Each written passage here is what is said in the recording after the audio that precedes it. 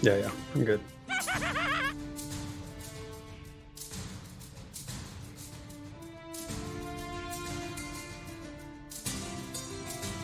Oh my gosh. I feel like I just ran a marathon. That was awesome.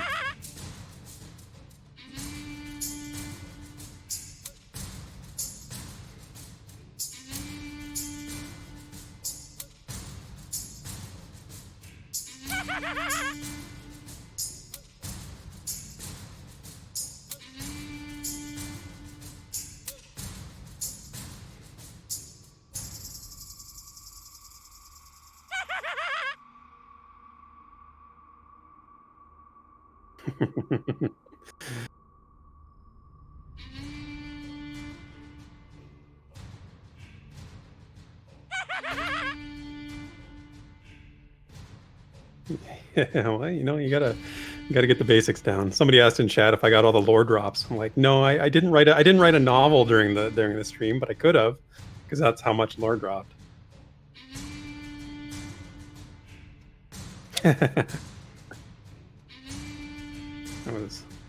I was engaged, to say the least. Oh, that one. Yeah, incredible.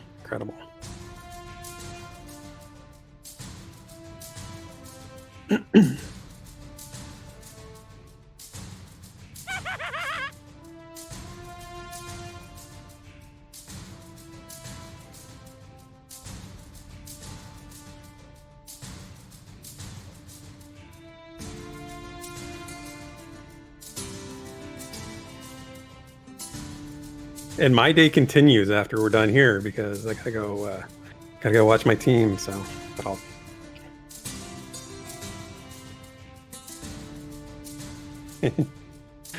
the synchronicity of it all. I know it's strange how that worked out, but don't question the universe. Just accept it.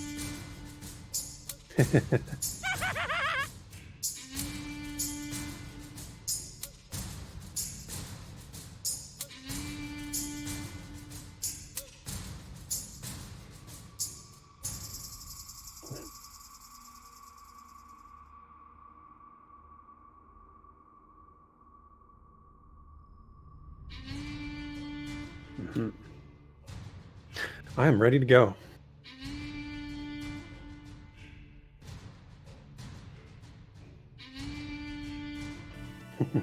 Oh, we're live? We're streaming right now? Cool. Awesome, man. Let me just Pantheon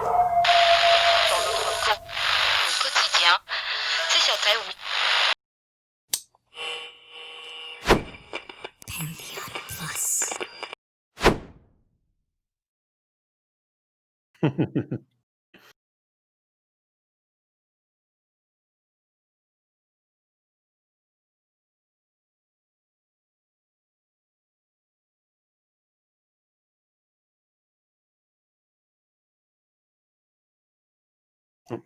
They say you're muted. Because of my wonderful. Here we go. Hi, everybody. Yeah, welcome to Pantheon PlusYou. Yeah, you know what it is? I have this crazy mic, right? This Yeti X, and it updates itself. And when it updates itself, it takes it out of all my mechanical stuff. It's ridiculous. So anyway, Therek, they can hear you, right? That's all people really care about. I don't know. Maybe they want me muted. I don't know. We'll see. We'll see how it goes. Oh, well, welcome everybody. Super excited for this one. There is so much to talk about right now. So much to talk about. First, thank you to everyone who's hanging out with us. We have over 100 people here. Get into the community green room. Get on the air with us. Chat. Talk to us about what you thought, because we're going to go through our thoughts as quick as we can with quite a bit to talk about. And then we're going to bring you live on the air. So remember, ! Discord, that'll throw it in chat for you guys to be able to click and jump into our Discord. And there's a channel called the Green Room. When you jump into that voice channel, it's telling us you want to come live on the air and talk to us, ask questions, do what you want to do. So what that will do is alert us to pull you in once we get to that segment. So I'm trying to move a little bit here. Everything's a little off. Therek, let's start with the easiest question. I'm going to put a poll up. You guys can start participating in the poll. Easiest question in the world. Did it deliver for you, Therek? 100%. 100%. I mean, I don't know what more you could ask for. I think we saw everything. We saw a little bit of everything. So it's a 10 out of 10 for me. I know some people, there's always people that won't feel like they saw something they really wanted to see. But that's not where I am. So what about you? Man, I'm hyped. I had there's a bunch of things that really hyped me in that stream, and we're gonna talk about it. I have notes. Therek is gonna be leading this because as Therek was taking notes as we were watching the stream, the big thing about it was that I was trying to interact with the community as much as I could and answer questions and try to help VR a little bit. I'm not official. I made sure to say it 1,000 times. We're not official. We're a fan community, but I'd be glad to answer questions and help. So I was really engulfed in the chat while I was watching. So Therek, you are the savior of this show that allows us to be able to actually have all the notes while we're processing the video. You guys can see the videos in the background. That is from today's stream. We already have 22 votes in the streams poll that we have up. You guys will see the poll at the top. I left the co-stream feeling 3. You have hyped, the same as before the stream, underwhelmed. You'll see exclamation point vote next to each of the options on the screen, and that's how you vote. So please vote. Let us know what you thought. Therek, I don't want to waste any time. There is so much to talk about. Do you want to start us off and kind of start going down your notes, and we'll talk back and forth, and then we'll get community members on to talk live with us? Yeah. So let me give you the overall sort of impressions that I got, because there's a lots of specific stuff that I wrote down. But just in terms of overall, I mean, this was an incredibly well put together demonstration. And I think Ben Dean said it several times, this is the evaluator build. This is what they're doing. If it's not the final version of it, it is the working version of their evaluation build for investors and potential partners, publishers, that kind of thing. I think it demonstrated what they wanted absolutely perfectly. And if this is the new player experience, which it could very well be, as if this is what you experience when you log into the game for the first time, I also thought it represented that really well. And we've talked about that in the past, about how important that is, what that needs to look like. We saw just about every mechanic, I think, that they've talked about in the game, all the important ones. We saw climbing, we saw acclimation, we saw dispositions, we saw, you name it, basically we saw it. And there were even some little pieces that I think might get overlooked. They confirmed a couple things about it being subscription based, which I think is good for people to hear. What else? And then don't the biggest rush. You don't have to rush. We can talk. There's a lot to talk about. I mean, so I know it's overwhelming. There's too much. How many times have we sat around recently and said there's too much Pantheon to talk about? Like, I'm thinking of content videos. You are probably set for the next 7 months. You can write, lore about this area we saw and these characters, and he put it on screen for you to go back and crawl through. I'm so glad Co did that too. He went through it. He didn't read it all. I'm glad he didn't read it all, because that was a little long at the end there when he was sort of reading the whole thing. But he did put it on screen. So it's definitely a thing I'm going to have to go back and parse through and look.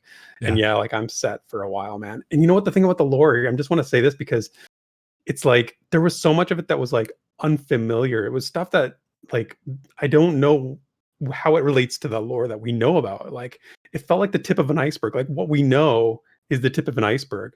Yeah. And this is now we're getting these specific lore lines and all these sort of specific aspects of it that I think are really great. I mean, just it blows your mind when you think about it. Like, this is just a small piece, right? Yeah, Toast Sniffer brought up a great point. He was talking about it in the channel. He actually said, he really hopes that there's books and things that you can, when you read these books, can you pick them up and take them with you? Is there an interface structure so that when you're in a group and you're discovering these things, you can go back and look at it later? That's a really good point. That's there's always been this talk, Therek, and I think you would agree that people are afraid that if it's too lore heavy, the group's not going to wait. But I don't know. I don't think that's a huge concern. But yeah, there was a lot of lore there. Now, this is an introductory area. But man, you could click on everything. Yeah. It was amazing. There in the perception pings. When you were watching, I said to you, I think this is probably 50%. He's hitting 50% of the perception pings that are available. And there was lots. So, and the thing is if I don't want to do this, he didn't do everything, and you don't have to do everything, right? You have to, you have to go through some hoops to get to the next sort of part, at least in this, what we saw. But, it just sort of, again, tip of the iceberg mentality that how deep this goes. Yeah, and I'm really excited that DM Harms just brought up a quote from Java, because I actually wrote this down, where he said that it's trivial to add these things in with the tools they have now. So when everyone's sitting there thinking, oh, you know, it's going to take so long for this game to come out because they're programming all these things for all these different pieces, but he's openly said now it's easy. Yeah, to the point where is you kind almost of a laugh. scary thought. It's kind of a scary thought that, like, oh my gosh, like, but scary in a good way. Scary in like, I'll never, you know, I don't know if I'll ever see everything, you know, and that's a good thing. You should feel that way. Yeah. So again, go ahead and go down your notes. Like, I'm not saying read them all, but like the name of the fort that we saw, this like introductory fort into a dungeon, you know, it's called Fortress Devier. I think Devier. Yeah, you got it in the first try. I'm very impressed. I wrote it out phonetically. So did I, but I wasn't sure I was going to get it. But yeah, no. And the crazy thing about this was that there was a lot of hints dropped about where they were, but it wasn't explicitly said. So, I mean, we're just talking lore stuff here, but like Joppa mentioned, or I think one of the quest NPCs, you know, just gotten off the boat. And it kind of looked like Black Rose Keep. There were banners around that suggested, you know, Black Rose Keep, but they've said Black Rose Keep has been moved to different locations for various reasons. Coming off the boat a while ago. Right? Yeah, like so coming off the boat. So where are they getting off the boat at? You know, different continent? Probably not. Probably still maybe an island or something. Who knows?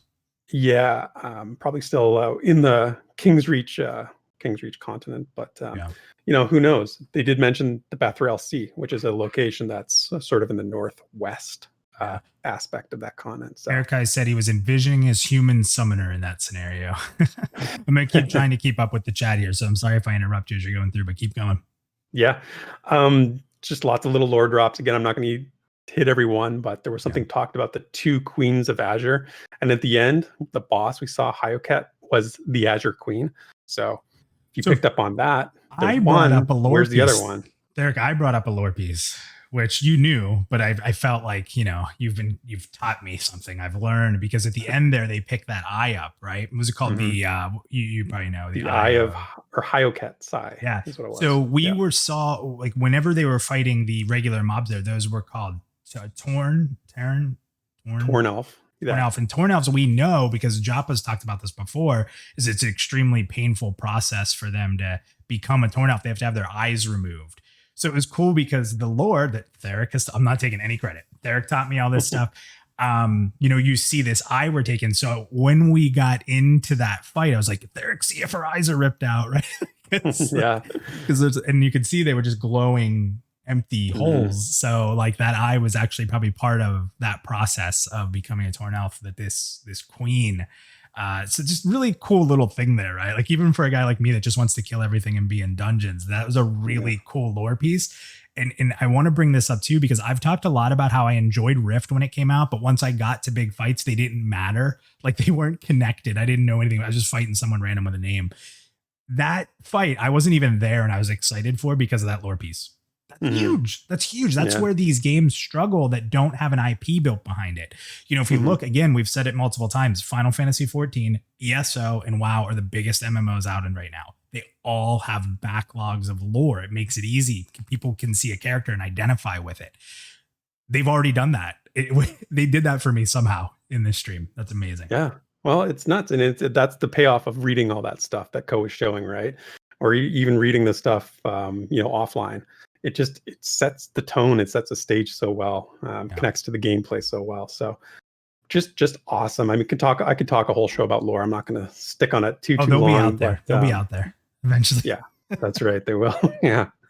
You know, and then just the last thing, I mean, if you look at the breadth of the lore, what if you apply that to gameplay now? Like, can you imagine, like, if this is the tip of the iceberg in terms of like from a gameplay standpoint, and you just sort of layer that on top? It's crazy. Anyway, go on. We saw lots about NPC AI, specifically with stealth. How you know, when Ko was sneaking in the very beginning there and didn't get the conversation because he wasn't sneaking, or before he was sneaking, and then Jop was like, "Go back." You know, we were both. I think you said immediately, "Stealth, Ko, stealth." Yeah, I did. Yeah, because it was like, because you got that clue when he said, "I don't want to talk to you," like, "Get out of here," sort of thing. And I was like, "Oh man, that's awesome." Yeah, they've talked about that before. Just little things. Again, we've seen the NPCs being aware of his class, using that in their dialogue. It's just a little thing, but it's important. I love super important. What'd you say? Go ahead. I was just gonna say, I love that they found a way to finally, in every video game, when the NPCs don't say your name because it can't be sort of written in, they broke that fourth wall a little bit, and we're like, you know what, I'm not gonna bother saying your name. I wrote here in my notes, hey, I'm not so bad at pronouncing names because NPCs can't pronounce them either. Yeah, that's so good. Yeah, just perfect, right? Anyway, going back to the AI and the stealth, that's so interesting, about the torch. So somebody in the group had a torch, when Ben was holding the torch, his stealth was affected. Yeah. That's great. That's news. That's brand new for rogues, is that if you're near a light source, you have a light buff, and that is going to hurt your stealth ability. For some rogues, we might have been like, oh, that's rough, but it's a neat mechanic. It's more about the world, right? The whole thing about Pantheon fans, we've said we want a world, not a game, and that's a world aspect. It's the environment. Perfect. Exactly. And it's great. Yes, it's a disadvantage, but then let's go right into the talk on the pyrophobic mob that we got to see. That's the first time we've heard about pyrophobic. Joppa has talked about pyrophobic on dev stream, said it was close to finished, I think, in the last dev stream they did. And we got to see it where this mob, when fire was around, I was like, nope. And you sacrificed rogue damage, right? There's always a sacrifice. Like, okay, the rogue's not going to be able to stealth, but this mob's going to be, neutered, so to speak. And then, or the rogue's going to hold it because they're the only one in melee range or something like that. You don't want the tank to hold it. So it's just this interesting decision-making to take advantage of this disposition that we haven't seen yet or just heard about. I thought that was really cool. And just think about what you can do with that. Like, you brought up a point that it wouldn't run back out either because there were torches over there. So it was like kind of stuck in between this area you trapped it in. Very cool. Right. Yeah. No, but imagine if you weren't in that confined space and it goes to run away and it triggers other mobs, right? What if they were in the keep, in a dark part of the keep where there are no torches, and it goes and brings a bunch of stuff to help it out, it's crazy. And that's just one of those, small aspects of the dispositions that we don't always see it. They talk about it, but we don't see it. We finally saw it. So pretty cool.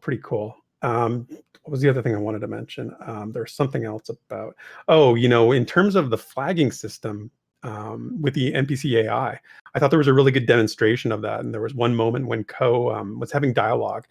I'm going to get the guy's name wrong, but it was like Diogracius or Diogracius or something like that. The guy that was doing the weird stuff in the back room. Yeah, like the mage kind of guy.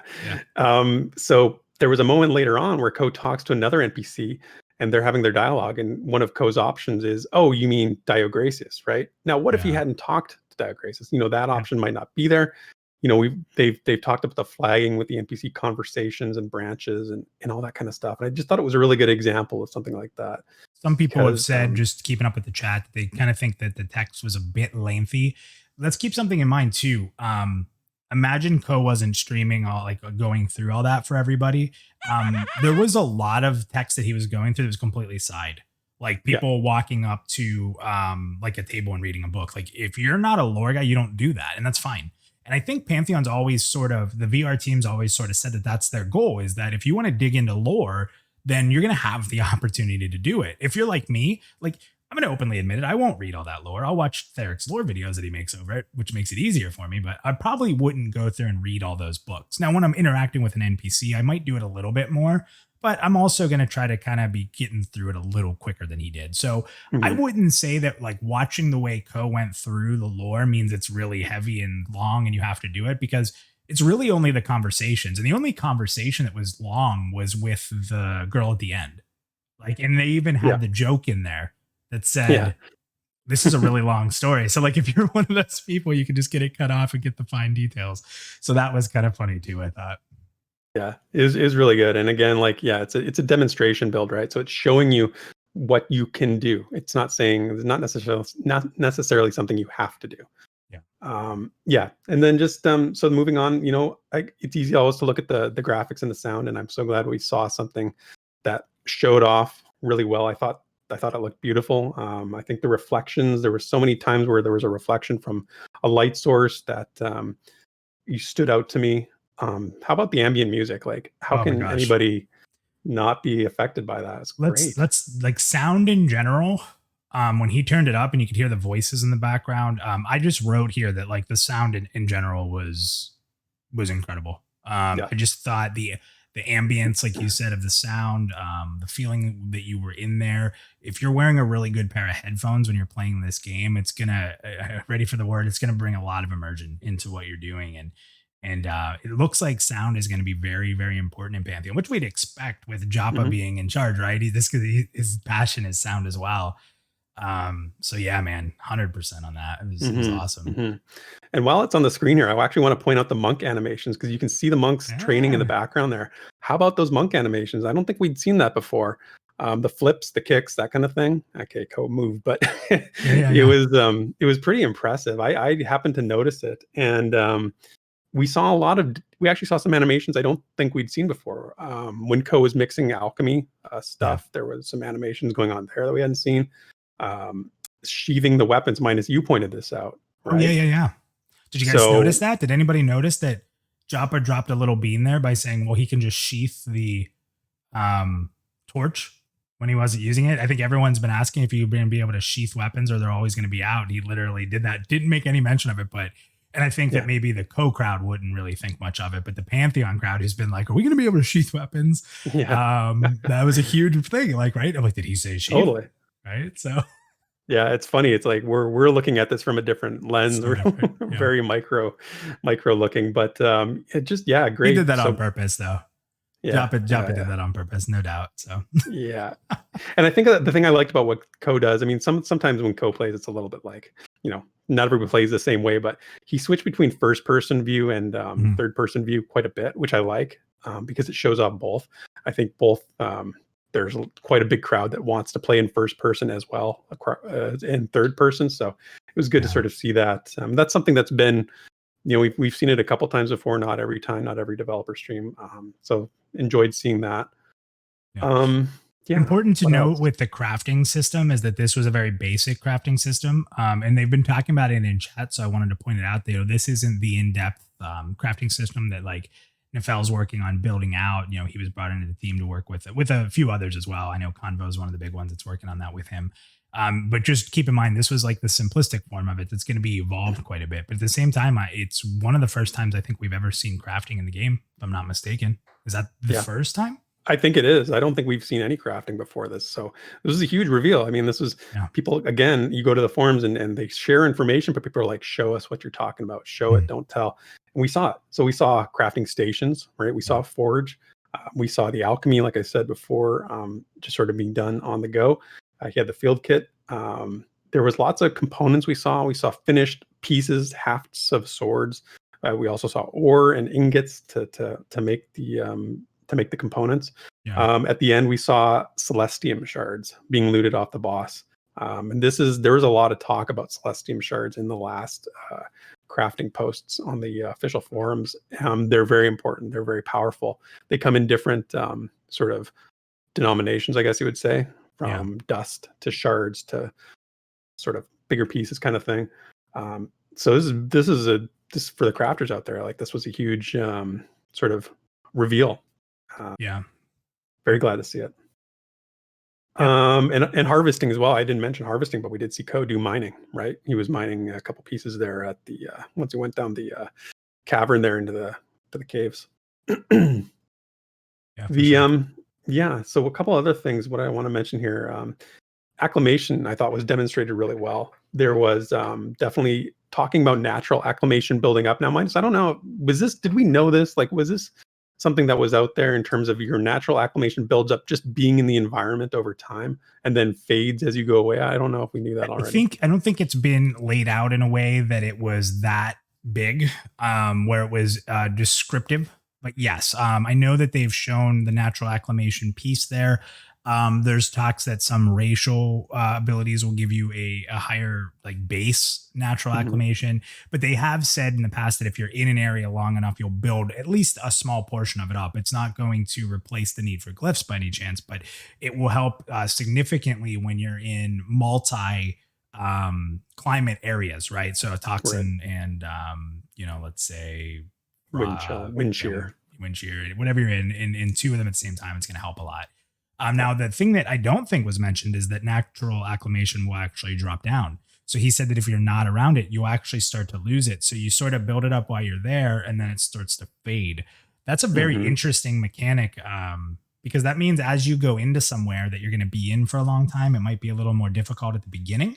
But then as you're playing through the game and playing through that 1 or 2 hour session, 3 hour, however long you're playing, is that you're going to probably, start to make it a little easier as you stayed in there. That I'm very interested to see how that decay mechanic works. So, on the screen right now is the like wolf warg, whatever it is thing, right? That was a really cool moment. That was a really cool moment. The back and forth interaction with him understanding him, we couldn't, and he's laughing. That was a really cool. It does look like a gnoll. I was like, it almost looks like a ratkin in armor.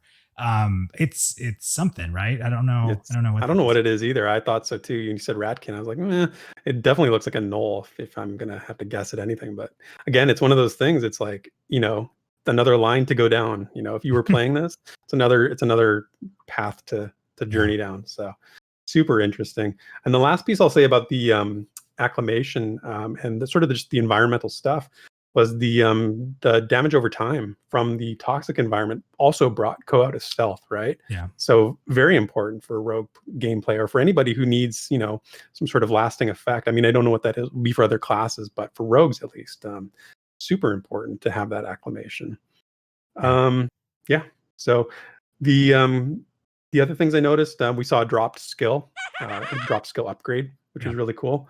You mentioned this, is that mastery points transfer over with skill upgrades, right? We kind of thought that was the case. We just never, I don't know if it's been officially said, so I thought it was important to bring up. I do want to bring up one thing here. Makes perfect sense. Yeah. So in the chat, I'm going to pronounce his name wrong. Darkias said, one thing that confused me in Ko's stream, he was supposedly had the glyphs equipped. His acclimation still said 0 at the bottom. The heart that's at the bottom is your natural acclimation.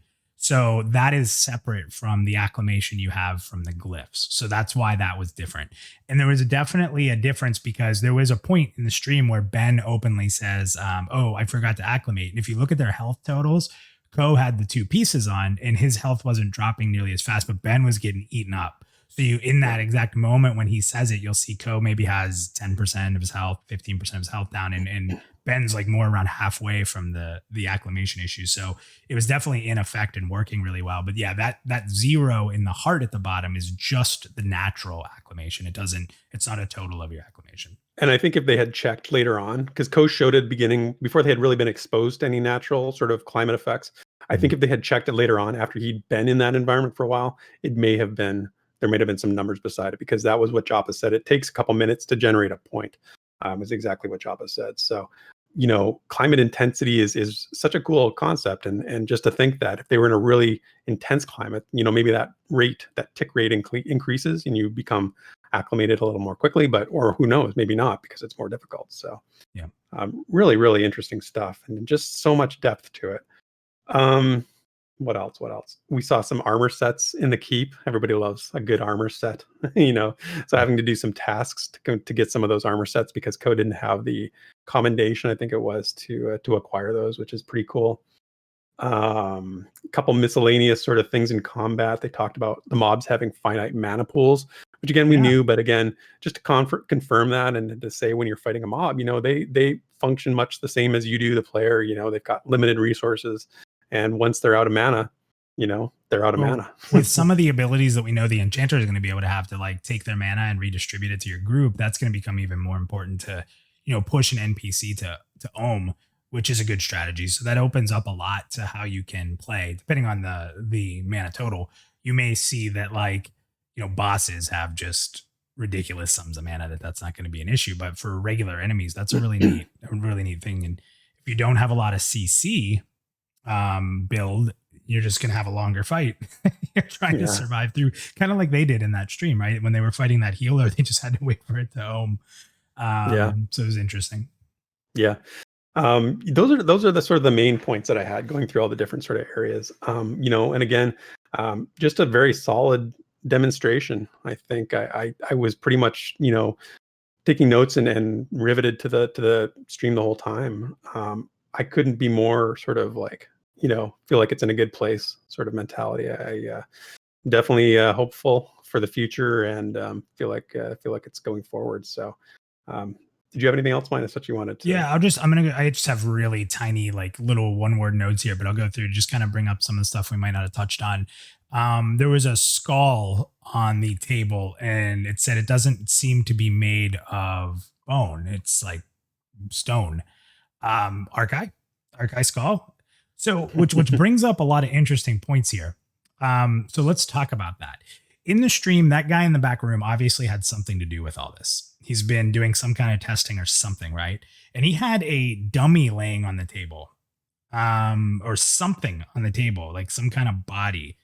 And then what's interesting is, so he had an Archai skull, and then they went down, and if you looked at the guard that was dying, that guard had Archai marks on their face. Didn't it look like it, at least to you? I mean, maybe they were just sick or what it was, but immediately it was a human. It was not an Archai. And they seem to have like the Archai markings on them. So I'm wondering if this guy was experimenting with turning other people into having Archai properties, which was really kind of a cool little lore thing as well, right? So some crazy stuff going on there. Were they trying to infuse humans with the Archai spirits?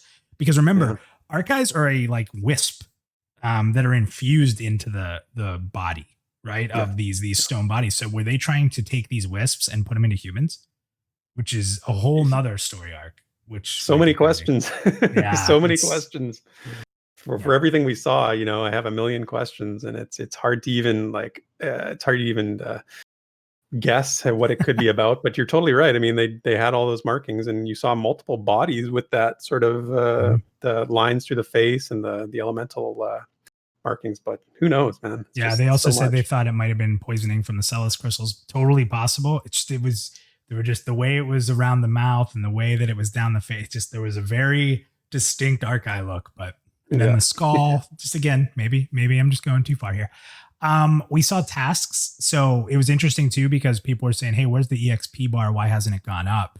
Remember that in a former stream, Joppa had said, and this could change, but that, tasks are not for experience. This game, you get experience by killing things. That's it. Right. Maybe there'll be other things that come up and happen, but for the majority of the time, you're going to kill to get experience. So these tasks are not your... I have to do these millions of tasks a level thing. They're there to progress the story or progress the areas. The tasks are separate from the leveling system. So we saw the tasks to get the fish. And then the interesting thing was, and I'm really curious to how this plays out. And if anyone from VR is in there and would like to answer this, it'd be super cool. But they went up and they talk to the guy. He gives them the fish, right? And then he says, come back when I'm done eating. He tells them to go to the alchemist's lair, which would have, if I'm not mistaken, been the area with all the alchemists in it. But Ko did not go there. He went to a different area, spent some time, looked around, and went back, and the guy was ready to talk. I'm really curious because it doesn't seem, unless Ko just walked by that accidentally, and I don't think he did, I didn't see how that worked. Like, was it time-based, or you had to just go spend some time to come back to him? Did you have to go to a certain area? I'm really curious how that played out, because when he went back, the guy was ready to talk. So that's an interesting little piece that I was curious about there. I loved the little part with the guard guarding the storeroom. And when you tried to loot stuff, they're like, he's watching, so he didn't let you. Now, I'm really curious if you would have had stealth, if you could have just taken stuff. Well, I made a note about that too in the talking about the NPC AI. What did I write down here? If he hadn't tried to steal that food, would the guard have said the same thing, right? Like, again, it's like they have these systems in place where it's like, okay, now you've been flagged as somebody who tries to steal things. Does that mean every other guard in that place is going to reference that or have that in their dialogue tree as being, okay, that you've been flagged as a thief, now you're going to hear this? So it's so interesting. Joppa did confirm that was simply time-based. So he was just offering a suggestion. That's awesome. That's kind of what I thought. I thought it was just sort of like, as soon as you hit that dialogue thing, a timer started and it was like, okay, just come back and, in a certain amount of time. But again, those are things that you have to discover. Like, those are the things that, that's not going to be told to you about things like that. You're going to have to figure that stuff out, Love it. So a couple other things here, then we'll start getting to the community. So guys, start filling up that green room. If you're listening right now, we got 121 people in here right now. get in the green room. Let's get some questions. I want to hear what you guys had to think. This is a community show. We could go on all day, but we're going to get you guys in here next. Just make sure you're in that green room. Okay, so the next couple things here, the faction discovery, we've seen that before, but it was there just to show off. Ben brought up, so Ben was asked by Co about the requirements for the game. And we all know that any requirements that would come out in pre-alpha are just not going to be logical to apply to what the finished project looks like, because there's going to be so many things added. There's depth of the game size in itself plays into that. So it was interesting though that Ben brought up that he's playing the game on a 790 NVIDIA card, which is dated. That's an old card, and it's running for him fine, and that's a big deal because one of the things that made WoW very successful was its accessibility to everybody. That game runs on almost anything. And that's an important piece for people to be able to play the game. You can't expect everybody to go out and buy a new PC like you would for like Cyberpunk, for example, right? Like for MMORPGs, number one, if the game's going to make it through 10 years or whatever it is, right? It's got to be able to keep the person who started at year one who maybe didn't upgrade. And that's not saying that they didn't put maybe a stick of RAM in or something simple, but it's a difficult process to keep the game looking really good, but running on machines and having the scalability, which is important, right? Yeah.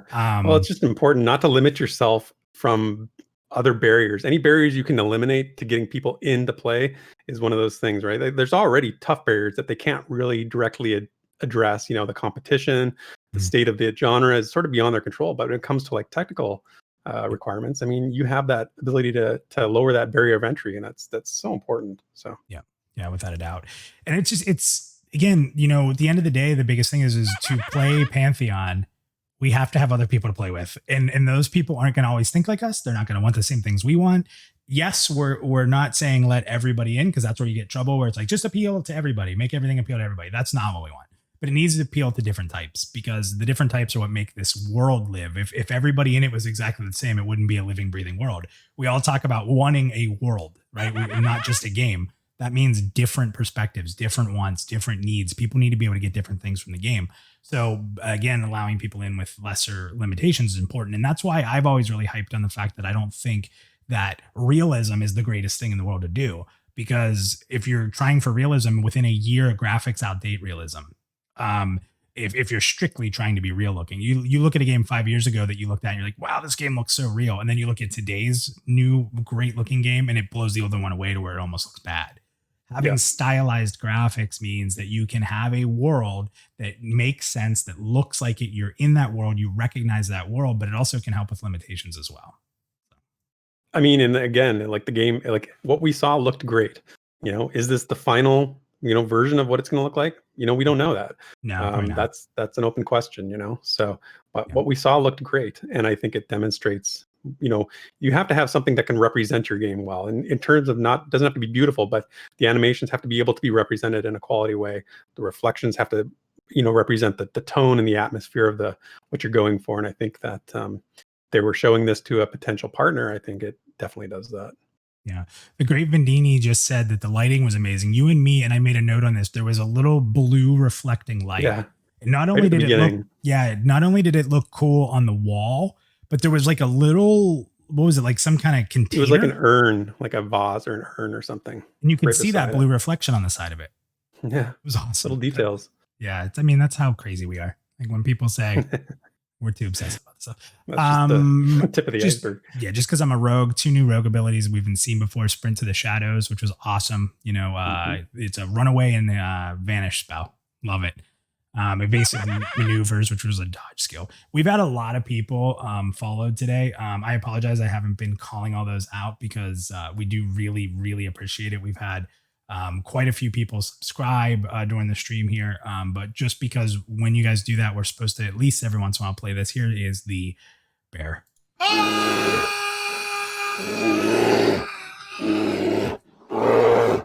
Slow.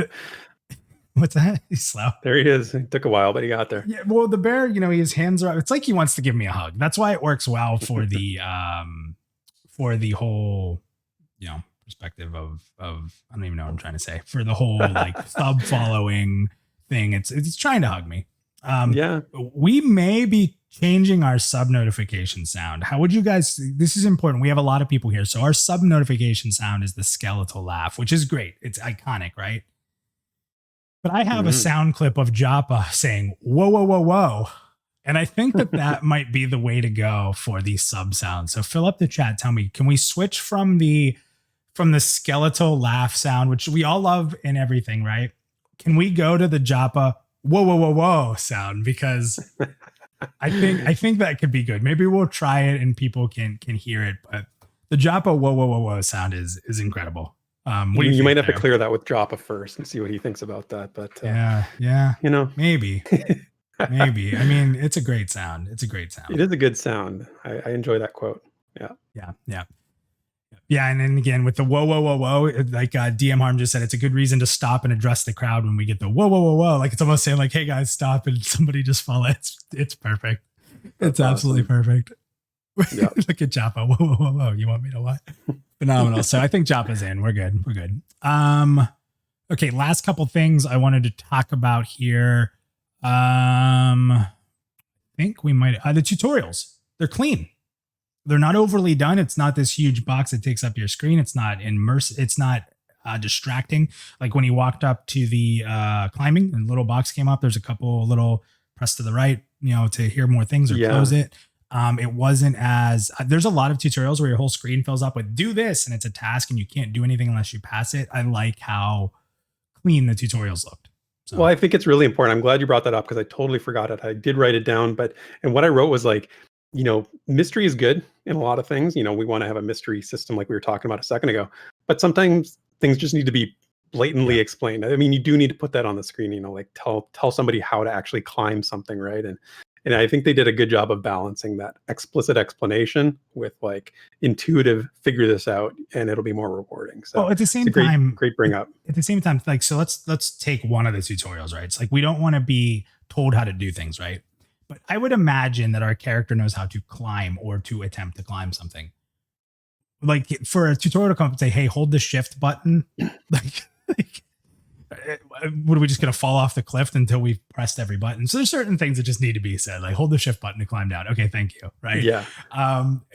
But like but the good example, the opposite of that is when Ko was standing at that gap and he didn't know if he could jump across and climb onto the other side. Right. That was a moment where it's the opposite, where it's like, okay, we know we can climb, but now don't explain this to me. Don't put a pop up on the screen saying, hey, guess what? You can jump across this gap and cling onto the other side. That would have broken it. Whereas, you figured it out. He's seen it before. I'm sure he was maybe a little more aware, but from a new player perspective, it might have been one of those moments, right? So right on the screen right now, we're seeing the tutorial that we're talking about. So, yeah. Last couple things here. This is a big one for anyone looking to stream, and I know that there's probably a lot of people that want to stream Pantheon when this game comes out. And there's probably a lot of people that would really like to see Nathan, Basgrim, and I do that tutorial there with Joppa and Ben. I'm just saying. I mean, I believe. I mean, guys in the chat, would you guys like to see that? If we could be annoying enough to have Nathan and Basgrim and I running through that content. I mean, right? Maybe it'd be cool. I don't know. Yes, it would. I mean, I'm not trying to do anything, right? Therek, it was just a thought that popped in my head. I didn't write that down and say abuse the large size of the community to try to get us into a stream. I did not ever think that for a second. So all music will be proprietary with no licensing restrictions. Now that's a really big deal right now. And that's not just for us. That's for, anybody can stream. So we're going to see tons of people streaming Pantheon. So that is a really big deal because right now that's a really big topic in the community and it's really hurting a lot of big streamers. So big streamers who are into MMORPGs, that's one less thing they have to worry about. That's a really big statement that some people may not have put much weight into, but it's actually very vital for the streaming success of the game. So really good stuff there. I like that. They talked again that there's no planned instancing at the moment. Keep in mind that's always been what Pantheon has said, that if it's the right thing to do for the game, there might be this tiny sliver that could be instanced, but their goal is open world. And that's kind of where they're still at. No planned instancing, but that's been even since the Kickstarter. That's been the statement. They're holding true to that. So don't panic about hearing that. And then with rogues, another rogue update, the weapon toxins in this demo are crafted. Now, when we showed the Rogue video from the PA5 gameplay, it was a spell that would make them for you. So it's very interesting now that it seems like we've taken it away from being an instant summon spell to actually being able to craft it. I like that a lot more. I'd like to see a lot of depth in that system as well, so that rogues sort of have this own little crafting thing, which I think is huge. So, yeah, it was cool to see him do it too. And the it was a decent amount of time. The poison lasted a decent amount of time on the weapon, and it also persisted between putting the weapon back into his inventory and then re-equipping it. At least I think that's what I saw. So it's interesting stuff. Okay, so we're gonna get to the community unless you have anything else left. No, I'm good. Let's talk to people. I want to say one last thing because I know Joppa's watching, at least for right now. I want to say really good job. I think, for what it's worth, I think that it's safe to say that some of us in Pantheon Plus are friendly with some of VR. I'm not gonna say we're close or anything like that. And we root for them. We believe in them. And I just want to say that this was well done. There's been so much pressure. We had the holidays. We've had the tragedy occur. It's a lot of people this time of year take time off, and there's been no time off from this team getting this ready for this big event. So Ben, Joppa, Ronik, Convo, Torque, Kyle. I mean, Convo. I'm gonna miss people, and that's not my intent. But you guys, the sacred. Thank you, because I think a lot of people were nervous about what we were going to see here, and you delivered that experience you've been talking about. And you also came out and you for the first time in the last newsletter, you said January, this is going to happen. And we haven't heard dates and definitive things like that as often. And you guys really pushed hard. So I hope that today, just for one day, everyone, hopefuls, skepticals, everybody together can just kind of say, thank you for the hard work you've put in. We'll complain about more things tomorrow, but for today, great job. We had over 14,000 people watch that on Coh's channel, which is a big deal. And, the last thing, didn't Ben mention something that we're going to hear about investments? Next week, newsletter coming next week. He said an announcement regarding investment. So, that's interesting. And I can't wait to see that. We talked about this on the rewind before the stream. And that was my one of my wishes for 2021 was that we do hear something about that. And I think, like you said, this dev stream knocked it out of the park. I can't see it have been going any better than it did. There was no bugs. We didn't really see any bugs. We didn't see any issues that prevented them from doing what they wanted to do, as far as we know. Everything's set up, and I can't wait to hear what the announcement is next week. Yeah, it's gonna be pretty incredible. And again, just thank you for your hard work, VR, and thank you for supporting the community. We wouldn't be able to do this without it. But yeah, that Nathan Basgram and Minus stream of here would be just really cool. All right, so anyway, let's move to the green room. Jump into the green room. Make sure you're in the green room and not AFK. We're gonna pull you guys in one at a time. Fill it up, guys. We got some time. We may ask people to be a little quick if we get a lot more, but fill it up. Get in the green room. That's your chance to chat. Joppa's listening.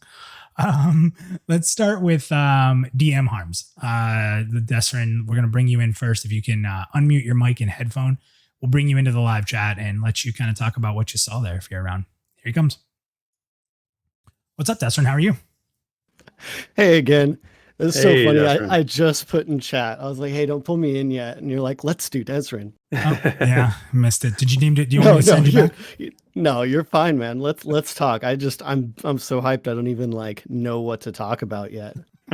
That's how we're both feeling. I had a hard time figuring out where to begin. So pick a spot and what was your favorite thing? Yeah. Oh my God. Well, since Minus is here, let's talk about Rogue and class design. How well was that showcased in this video? Just the depth and gameplay opportunities around that class. Oh man. Yeah, it's so we teased on the rewind that we're going to be doing this thing with Nathan where we're the four of us every Tuesday night are going to do study sessions playing MMORPGs where we only play as our specific class. So every game we play, I'm going to play a rogue. Every game we play, Therek's going to play a ranger or an archer. And what we're going to do is we're going to do these study sessions on how classes are implemented. It's not necessarily to sit here and talk about how good the game is, because the game could be garbage if the class is implemented well and has cool things. And I'm going to be honest with you, spoiler, when we do DDO, I think DDO has one of the best rogues I've ever played. And it's a lot because of its utility of really being that class. And I got to tell you, Pantheon, they're nailing it. The fear I had early on was that it was going to be, like EQ's stealth, which I hate. I think it's one of the worst stealths I've ever played.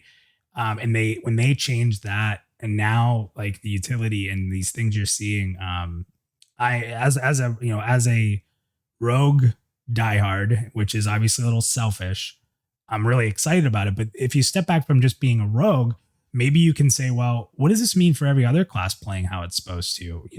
I think it says good things. So let's see. Yeah, that's kind of what I was getting at is, I mean, they just showcased, one class because it's just in this case, but like there's so much demonstration of discovery of like how deep the class really is. I mean, Ko is like so distracted, but like even he's like kind of going on that journey and just being like, wow, I could do so much better. Even talking about like just the little things like the stealth, like how the stealth interacted with the environment. Like there were so many little points there, like how, the benefits of having a torch versus, not like it. The best thing about it for me when it was talking about the rogue is that not only is it like mechanically interesting, but it's thematically interesting.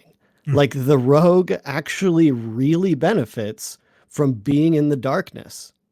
And like those little tidbits are like what makes a class really full of identity and like make you have that belonging that like, this is my class. Which is one of the tenets. I mean, day one, if I'm going to be honest, the number one thing that really drove me into this was the grouping. And then number two was the class identity. And we're seeing it. We're seeing it very well. Yeah, I agree with you. It demonstrated that well. And again, I go back to what they were, even just the little details, the NPCs saying your class, the fact that stealing, caught him, one of the NPCs didn't want to talk to him or didn't want to call them out on it, at least. It makes you feel like your class. And so you wonder, what would this experience have been like? What if I replaced Rogue with another class in this demonstration? What would that have been like? Opens up a lot of possibilities. Very true. Actually, talking about the tutorial itself, it really kind of, I don't know if it was customized for Rogue, but it kind of felt like it. Like how it was introducing like the skills. It like, hey, take this stealth skill. Okay, now apply it. And then it puts you in this situation where if you just be a little bit creative, you can get a little bit more out of the situation. Like one of my favorite things was, and Joppa kind of like gave it away, he's like, hey, maybe you should go and like stealth up to those NPCs to see if they talk. It's like, oh, that felt really good. Yeah. But it's funny because we were talking earlier about the tutorial and the pop-ups and the guidance of the game. The tutorial said if you hold shift, you can climb. It taught you how to climb. It didn't tell you where to do it. It didn't tell you why to do it. It didn't tell you when you could do it. And that's a perfect example. So he said, stealth, go get that dagger. So you do it. That's all we're going to teach you. You just learn stealth. Use it as you will. Yeah. Right. And again, the game didn't tell you to stealth and talk to them. You had to say, why did they say that? How many games have you played, even single player, where people say stuff? It just doesn't matter. They're just saying, like just random dialogue. Nothing felt random. And again, it is an evaluation build. I totally get it. But it's safe to say that's kind of where they're going with it. Like if we're going to put it in, let's make it mean something.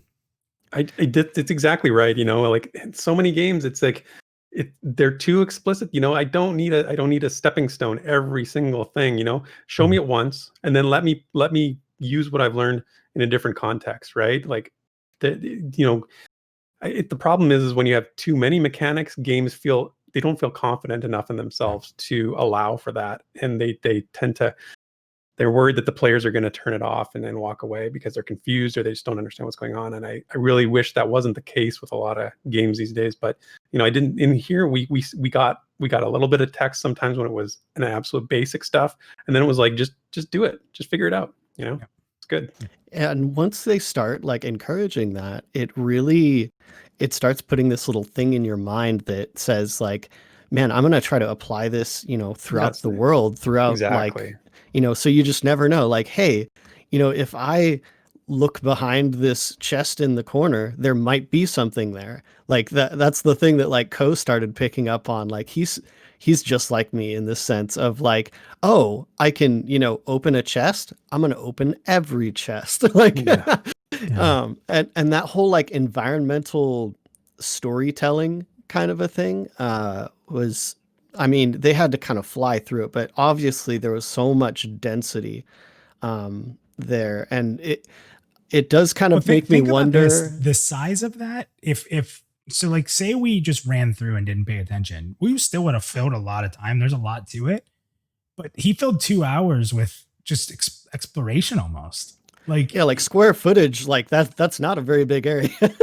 yeah, it's a tutorial, right? So yeah, but it was really interesting how much depth there was to everything. Really cool. Yeah, exactly. So last thing, one more thing do you want to say? We're going to get to the green room. It's starting to fill up. We want to make sure we get to everybody some Okay, time. So yeah, what's the last thing you would perfect. throw out there? Oh, the environment. Like I'm a big fan of reveals and well done environmental, storytelling, but in a visual sense. And the overarching like theme that I got was how big of a deal reveals are. And they don't have a lot of environmental artists, so I got to give props where it's due, because there were at least, I would say, like 4 good reveals that are emotional reveals. Mhm. And I think it was like the first one, you're like coming out of that hallway and you've been in these cramped quarters this whole time, right? Like you're inside this, like the barracks or whatever it is. And then you're in this kind of cave hallway, and then suddenly it just opens up and Yeah. you have this bridge, and then you have this like indoor inside the cave structure, and the lighting and everything. And they do it again with the area where that first little boss was. And then again for the boss room, like the big Mhm. boss room. I mean, that kind of stuff. It it makes graphical fidelity matter less when Mhm. it's designed well, and I'm so glad that they are picking up on that. Yeah. And so Yeah. yeah, it The was giving music to me go along with it at those moments too. The music oh yeah. really like impacts you in those moments I because mean, it's I know chat was talking about it a lot, but like all of the environmental like cues, yeah. including music and background sounds were good. Like, and the whole feeling of the whole thing, this would be like my last thing. Have you guys played Outward? I did. Yeah. I have not. I was getting some major like Outward vibes in like the best way, in like the Yeah. best way. Outward Uh, from a visual and sound and what you're talking about standpoint, I loved it. There were a lot of things about it I didn't like, but yeah. from the perspective you're giving it from, yes, absolutely, I can see why you'd say that. It really triggered that, like, man, if and not to say it's this simple, but like if Outward was like MMO, which I think a lot of people that play Outward are like old school MMO and old school RPG fans, like, man, what if I could do this with like all my friends? And it's like, dude, that is the best feeling. Like the Yeah. whole feeling of this whole demo was just like that beautiful crafted storytelling experience, Curated but with fun. experience. Yeah, exactly. Anyway, but that's it. Thanks for bringing me in again. Thanks, man. I'm gonna be freaking out for days, man. I hope you guys can dig into this in a more like Oh, yeah. piece We by will. piece. So We'll get some stuff out there for I'll sure. be along for the ride. Right on, man. Desmond, always great to talk to you, dude. Take it easy, man. And, Thank You you. guys too. Bye bye. We'll see you soon. Yeah, man. The excitement's real. It's awesome. Again, so the green room, we got quite a few people in here. We might go a little bit quicker, so please don't think we're trying to push out. We just want to give everyone a chance. Let's go next with Old Wargoat. I haven't talked to you in a while, so Old Wargoat, if you want to come in, unmute your mic and your headset. We'll drag you in and chat with us. Let us know what you thought of the stream, what your favorite part was. That's what we're trying to stick to. Let us know what your favorite part of the stream was, and we'll kind of chat about it, and then we'll try to get more people in here. Old Wargoat, it has been a while, my friend. How are you? Oh man, how are you guys doing today? We're great. Cloud nine right now, right? Loving life. Oh, I saw the stream and I was thoroughly impressed. There's just so much to take in that I was sitting there going, holy cow, these guys are now showing us a lot more. Yeah, never before seen stuff, right? Yes, this is what they need to do, not only to keep people interested, but to show progress along the way. This is exactly what they need to do. If they can keep this up, Yeah. I think a lot more. I think this will. I think this will put it on par with par for people, more people wanting to get their hands on it. Yeah, I mean, I think they have to find, it's always good to have a balance, but they do a lot of the dev streams where they show a little, one specific thing or one specific mechanic, or they're very themed, but mixing in these co-streams, as much as they're able to it does so much. The last time we saw a co-stream, if I'm not mistaken, was the Fairthale reveal, when he did a lot of similar things, talking to the NPCs and that kind of thing, and then going into the Isle of Infinite Storm. And that was a huge moment for the game, and this is another one of those huge moments. So I know they can't do it every time. Nobody's asking for that, but like you say, as much as can possibly be done, this is such a good thing. This shows, and I did like the disposition, just not like that little thing where they put the crawler out there and the torch. Yeah, Go put out the torch, and that little bug ran like a son of a gun, and that's he didn't. Yeah, he didn't have the torch the first time, right? Keep this in mind. On the last stream, one of the last streams Joppa was talking about, he answered a question about that the Wii can be affected by dispositions. So can you imagine if we get pyrophobic and there's in an area where there's a bunch of fire and our character's like out of control? And so it's that's an interesting concept as well. So yeah, that could be, that whole disposition system could be a two-edged sword. Exactly. And the crafting system I saw was simplistic right now, but it shows that, like as per with the synthetic poison, which I was amused by that. That was a good thing, because I know Minus enjoyed the part where, okay, I can coat my weapon, but now I gotta craft. Now, by the way things are good looking, and now I have to craft it to make the poison instead of just having. I like it a lot more, even though I'm not a big crafter. I like it a lot more that way.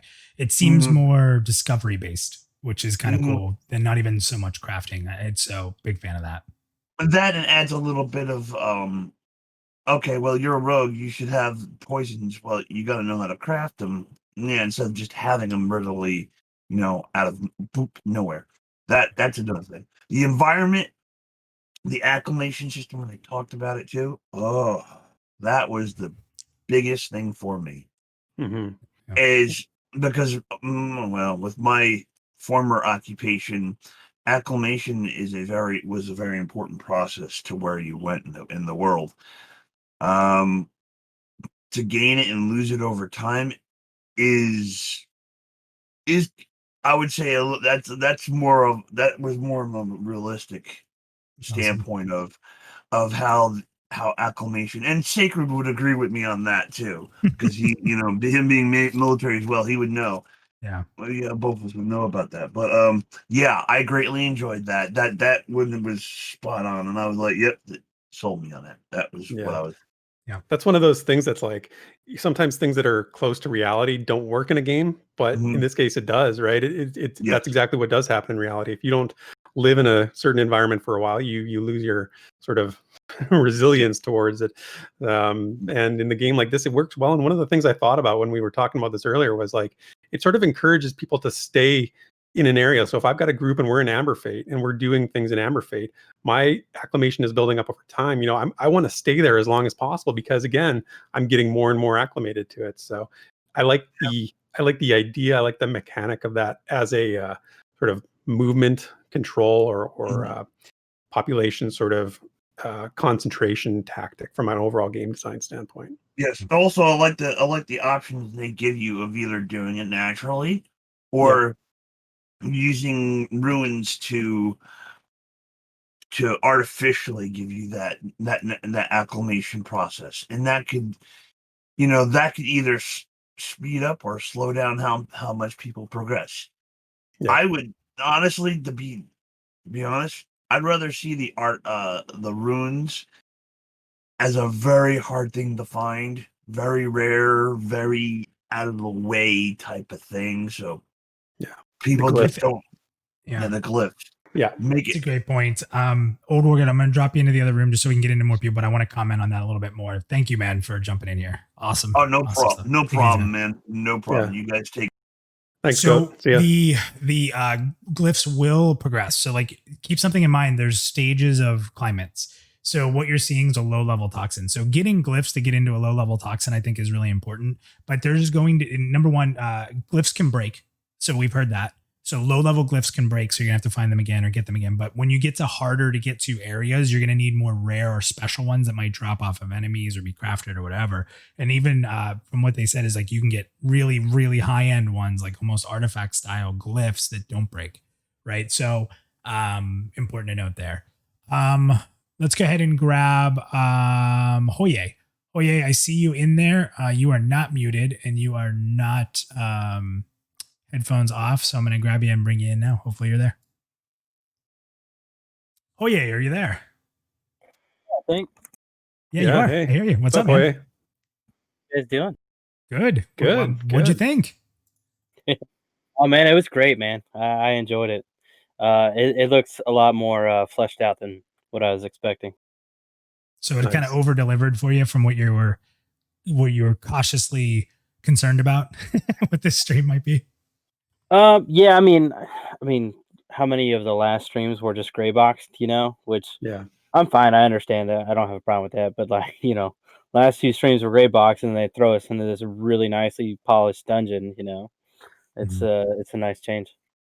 Yeah. The transition was kind of cool too, right? Like, and I know that it's sort of built as an evaluation, like something to show off or get the experience. But the transition, and that's what I was interested in when they started, and it was like it looked like a dungeon, but then you're all these. It almost felt more like a town or a castle, right, or like a keep. And then you're in this keep, Yeah. and then the way it transitioned so seamlessly into the dungeon was really neat. Yeah, I do agree with that. It looked nice. Somebody said it in the stream. I forget who it was, but somebody said it just looks so natural, Mhm. Yeah. Yeah. So just imagine you get to the end, or you get to a point in this cave, and it opens up into the world, right? Because that would sort of make sense. Who knows if that actually happens or not? But how you transition from different biomes in games like this is always important. And like I agree with what you're saying, how it sort of went from one to the other really well. What else? Hoya? Anything you What saw stood that out you for you? didn't? Yeah. Anything you didn't see that you wanted to see, Hoya?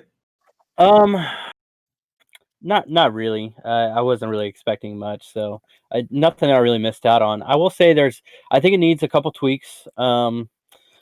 For one, the sound. I really like how the sound kind of plays differently. Like for example, when he looked out the window, you can kind of hear like the wolves and stuff.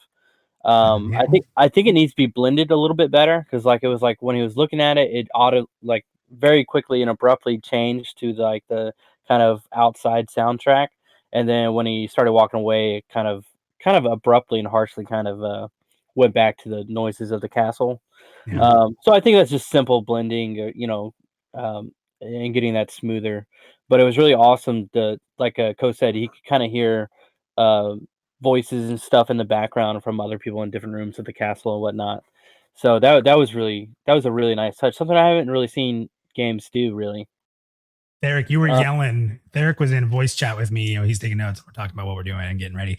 And Therek was yelling at Ko, like telling me, yelling at me, but yelling at Ko, like out loud. Look out the window.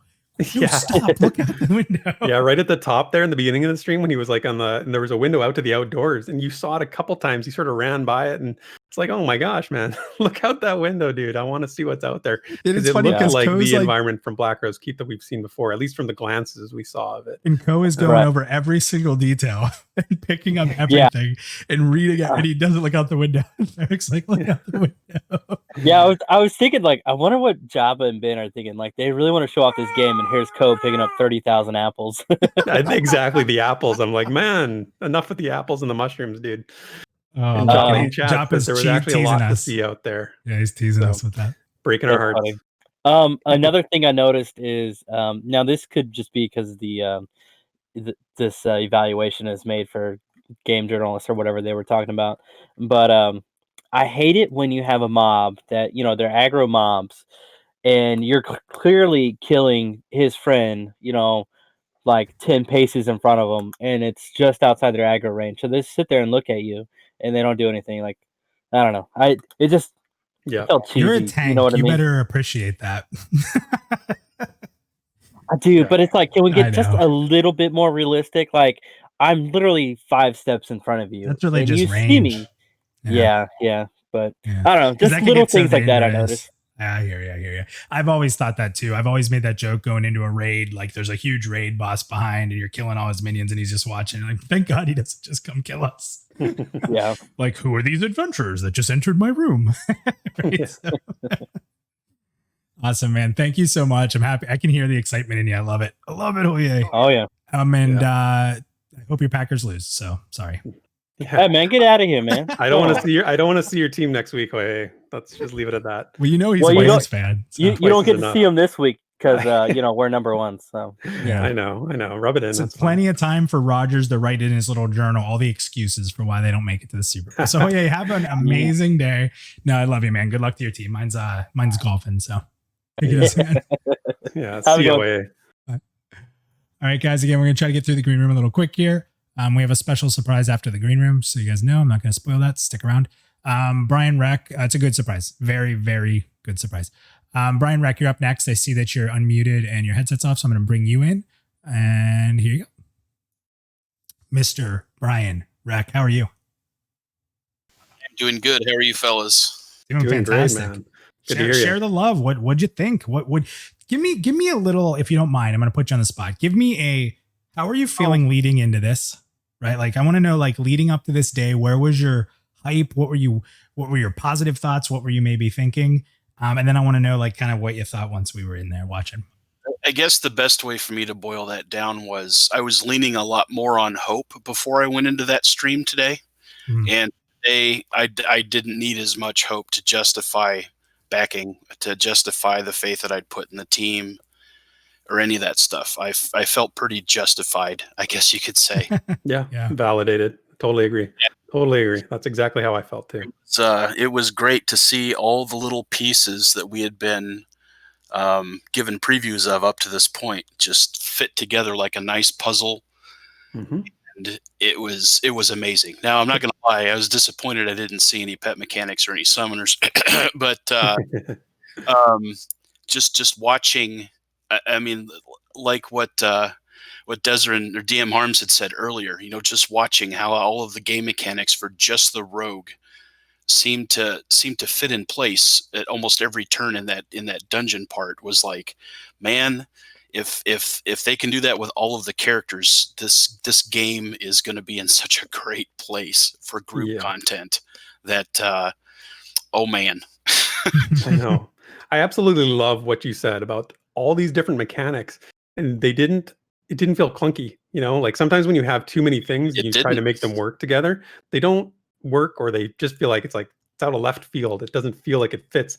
But all these different things, it's like a puzzle. You said it does. They fit together really, really well into one sort of cohesive mechanic, or one cohesive sort of gameplay experience. I think that's really well said. Oh yeah, it was all the little cogs were just working and turning where they needed to turn. It was great. That's right. I love the phrase that you use of validation. It's, we're obviously all pretty hopeful people, and we understand there's the two sides of the community. I feel like that's a huge topic as late after I made that video. I haven't watched that video yet because of PTSD, but don't worry. It's good. You see these little snide things and you're like, you're not quite being 100% truthful or in good faith about this, but go on with your bad self, and at least there's engagement, and I can't be mad, right? Yeah.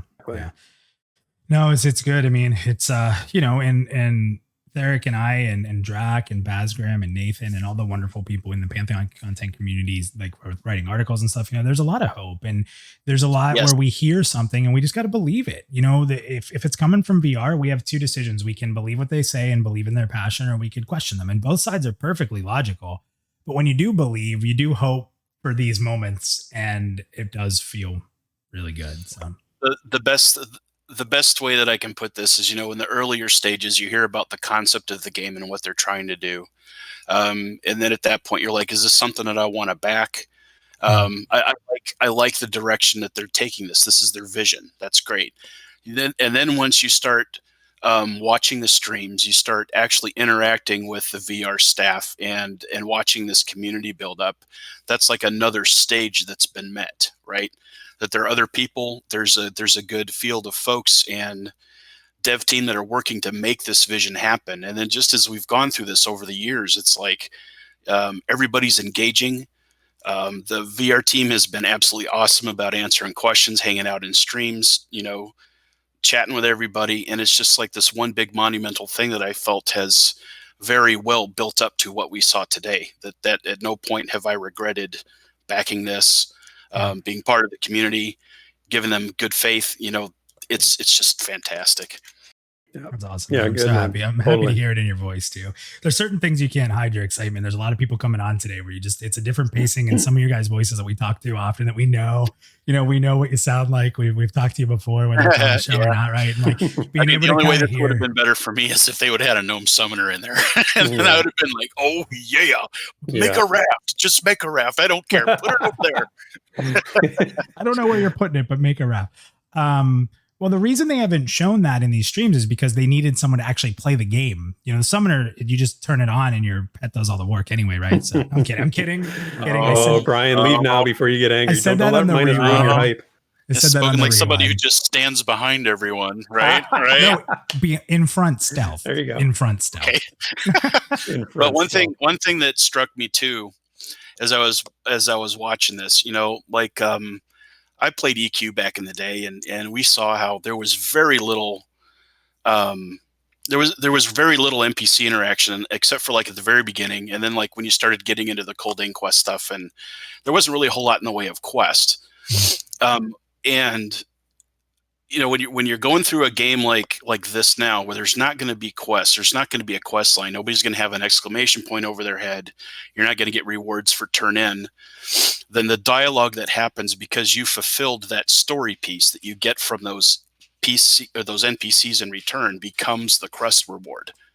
Right. Like the more lore that unfolds because you've picked up on a quest line and you're following the little breadcrumbs, that stuff becomes the reward. And I was really looking forward to those guys at the end of that dungeon going back and telling that elect soldier woman, we went, we found the Duke or whoever, we beat the Queen, and then hopefully see some kind of like comeuppance for Diode Gracious for hiding the fact that he knew about the spiders. Like that is the stuff that I crave. How like, cool is it that you just watched that? You just watched a 2-hour video and look how engulfed you are in the lore and wanting to see things come to it a pass, right? Like that's so important. Again, I keep saying it. Rift didn't do that ever. Like when it came out, the game was fine. The game was a lot of fun when it launched. No connection to the game. Other just than playing it. Yeah. You're just playing it. And you know what? How perfect is that example? Worlds, not games. Rift is a game. It was a fun game. This is a world. Super cool. It's like play the game for the lore and play the game and then get, it's like they fit hand in hand and they really showed that well today. And I'm very happy if you couldn't tell. I'm really happy with where this is going. Very happy. And I can't wait to get into a game and share this with people either. Oh, I know. It's great. All right, man. Thank you very much. Appreciate it, Brian. Awesome stuff. Yep. Take care. See you, Brian. All right, we got a couple more, and then we're going to get to a little bit of a surprise here. So let's start new to the show. Galith, looks like Bone Peeler. It's a little off, but I think that's what it says because it says ... Galith, if you want to unmute your microphone and your headset, we'll be glad to bring you on the show. You can debut on our Pantheon PlusYou 51. So waiting for that microphone and headset to show off of you in Discord. After that, we'll be going to Sneaky Bard, and then we'll wrap up with Valeru. So that'll be the last three coming in today. Oh, I'm sorry, and we have S&M too. So we're going to go a little quick through everybody here. I apologize, but let's bring everybody in. Let us know what your favorite part was. Here comes Galith. Galith, what's going on, man? How are you? Welcome to the show. First time, it's always... Oh, are you there? Doing really great. I'm glad to be here. Hey, man, what's up? Glad we can hear you. So my big thing is crafting. I'm a big crafter. Right. I plan on playing an ogre leatherworker. So bone peeler. There you go. You can Nice. peel the leather off the bones.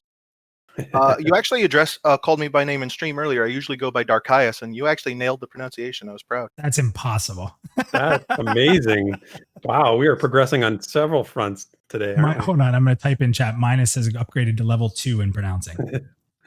So because I'm so big on crafting, I'm going to keep my comments primarily confined to the crafting revealed. I'm not going to say a lot about the other stuff, even though I have a lot to say, because there's other people here that want to talk. Cool. So what do you got about it? And what do you think about crafting? So on December 30th, Nefel put out this big crafting fundamentals post on Pantheon Plus, and if you had read it, you would seen every single part of what he talked about in the tutorial. That's right. You saw chunks of iron, which can be smelted into ingots. You saw Celestium dust, which can be used to enchant ingots with stat bonuses that'll then be put into the weapon you turn the ingots into. Yep. You saw the crafting, I believe it used cast as the word, the little crafting recipes. You saw the forge, where you put the recipe onto the forge and it tells you what you need, and then you can put everything else on there. You even saw the possibility of smelting, even though he didn't smelt any ore. I wrote that in my notes. I said, we saw the first ever crafted item. And then I put in quotes. Where is it here? Hold on. That didn't work. So the first crafting experience we saw was the quote. He was that so didn't work. close. He was, He was so close to making a dagger. Yeah, I know. It's so funny, the first thing, and it didn't work, and it just gives you a little note in the chat box. I kind of wish he'd spent more time in that area. I'm sure you do too, right? Like there was other things there that he could have tried out, you know? Well, Therek was again yelling at me, click on the anvil, click on the anvil. I'm like, Therek, I'm not playing. I can't. Well, see, the reason it didn't work is because he had that recipe in there at the same time. If it was just the ore, it would have worked. So all that experimentation, I mean, that's part of crafting's allure is the experimentation aspect of it, right? And what works, what doesn't work. And I know it was simple, and I know what we saw was a very rudimentary sort of thing, but you know Nefel as well as I do, and Minus and everybody in the community, and like he's not going to let it be a simple thing like that. Like this is the basics, but Nefel is smart enough and knows exactly what he's doing when it comes to this stuff that I don't think we have anything to worry about, but to see it in the game for the first time. So Joppa jumped in. He said he didn't get a chance to tutorialize that section, but he'll make sure that that's there for crafting, which is helpful. I just want to say too, we've commented a few times, and it was commented in the stream that it was a simple version, but it's already more complicated than WoW if you have molds and these things that you have to put together, right? So it's kind of funny to say it's simple, but it's already more advanced than World of Warcraft is technically. And that's really what's so exciting about it. Like you see it, and it's already as complicated as so many other games. And Nefel said that this is only the bare bones version. There's going to be more. Smelting ore is going to have more steps. There's going to be a little better information. Like you said before, it wasn't really tutorialized yet. But the last thing I want to mention for crafting is the things that dropped off of the boss.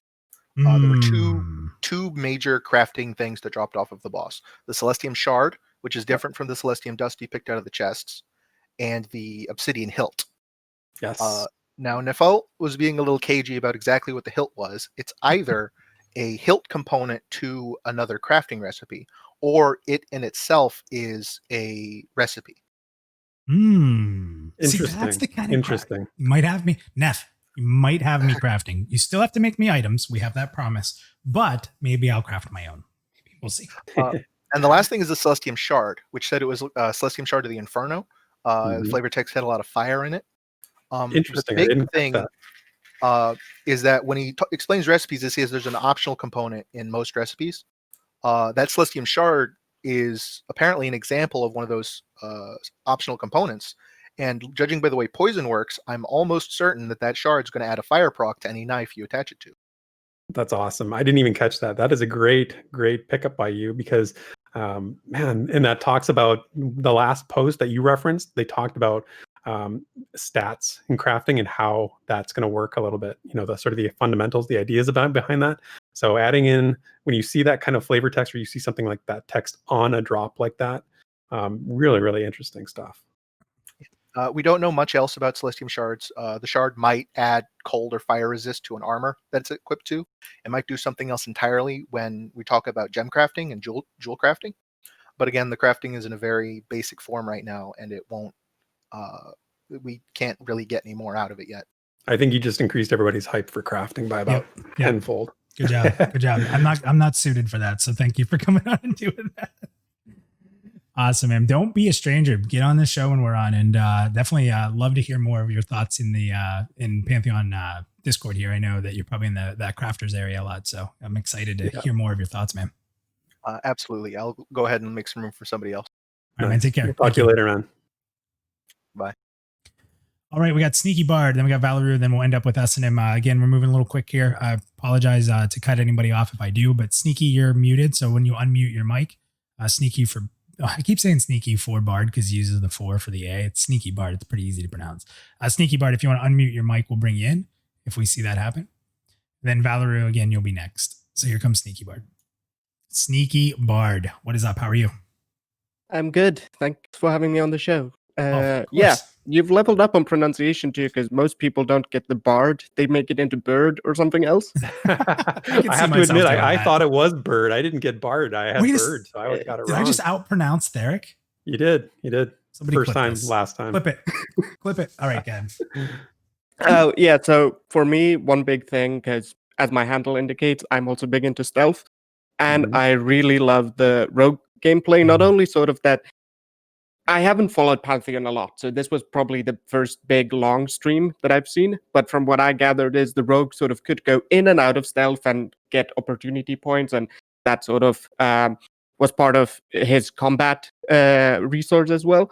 And I love that there was also this sort of, not only can you do this, but there's situations where you cannot. Say, if you're in that cave and someone needs to have a torch, so your team members can absolutely sort of hinder a little bit your stealth abilities, which suddenly clicks for me like this is why you need a limited action skill set. Because I was really skeptical about this, and now I'm suddenly seeing like, oh, it's like designed from the core up to be built like this, and now this all makes sense. Yeah, that's a great point, man. That was something we've talked about in the past with the limited action set, is that it doesn't make sense in isolation in a vacuum, but when you see it in action in a context, it does make sense. So that's a really good point. I hadn't thought about that, but and then for the rogue stuff, Minus, I'll let you respond to that because that's your. I mean, like I said, you know, and I know DDO is not the most popular MMO, but just because of how much it's built into D&D itself, which is what a lot of these things come from, it's really in depth with how the rogue plays, and it's the utility side is very big. And again, it's a different kind of game. I'm not saying if you're a Pantheon fan, go play DDO. It's very instanced and all that type of thing. But the class play was really cool. And again, we're seeing that. And it's funny because you just brought up like the torch thing, and now the chat's blown up. Well, what if someone has a fire enchanted sword? Or can rogues not use fire enchanted weapons if they're going to be in stealth? Like, holy cow, my mind just got blown. Like, you won't see me. If that's going to be a new guild requirement, Therek. No fire enchants if you group with Minus. So that's crazy. The possibilities are crazy, right? Sneaky. Like it's it's so cool. Or it would make sort of, I mean, I know some of your listeners, I know you've played WoW a bit, sort of you'd go more the combat rogue route where kind of like stealth is an afterthought. So you're more like a swashbuckler or what have you. Yep. No bears and no fire. That's the new guild code. Exactly. And one small thing, since people were also commenting on the ambience, I really loved how in the beginning of the game, sort of the rogue was just addressed as, oh, just another rogue. I'm like, yes. No sort of you're the big hero or somehow like making you important. You're just another rogue. And I'm like, I have been waiting for an MMO to do this for so long, because it reminded me of how WoW in its early days sort of set the stage for this is your class in the world by giving you a quest where you got a letter from your class trainer. It just introduced you to your class trainer. But if you read that letter and talked to your class trainer, it sort of talked about this is sort of what rogues do, how rogues are seen in the world. These are sort of the dangers of being a rogue. And you had like 3 different options with whom you could go and talk as a rogue in Pantheon here. I was like thrilled by that. I was like, oh my God, this is so great. Bring up. It's a really good bring up. And didn't even, when you were talking in a side conversation, you talked something about the people we sent over to you aren't really that skilled. You're going to have to make do with them. He called them like, not like mercenaries, but he called them like, by some kind of name when they were like the people that we sent over to you on the boat. You're gonna have to figure out like they're not the greatest lot or something like that. So interesting. Yep. Very cool. Awesome. Thank you, man. And don't be a stranger. Thanks for coming on. Yeah. Thank you. Yeah, talk to you again, man. All right, Valerie, if you want to unmute your mic and your headphone, we'll bring you on next, and then we're going to wrap up with S&M, and then we have a special surprise for everybody. Oh, here comes Valerie. Now let's see if I actually pronounce Valerie's name right. Valerie, welcome in. That's good enough.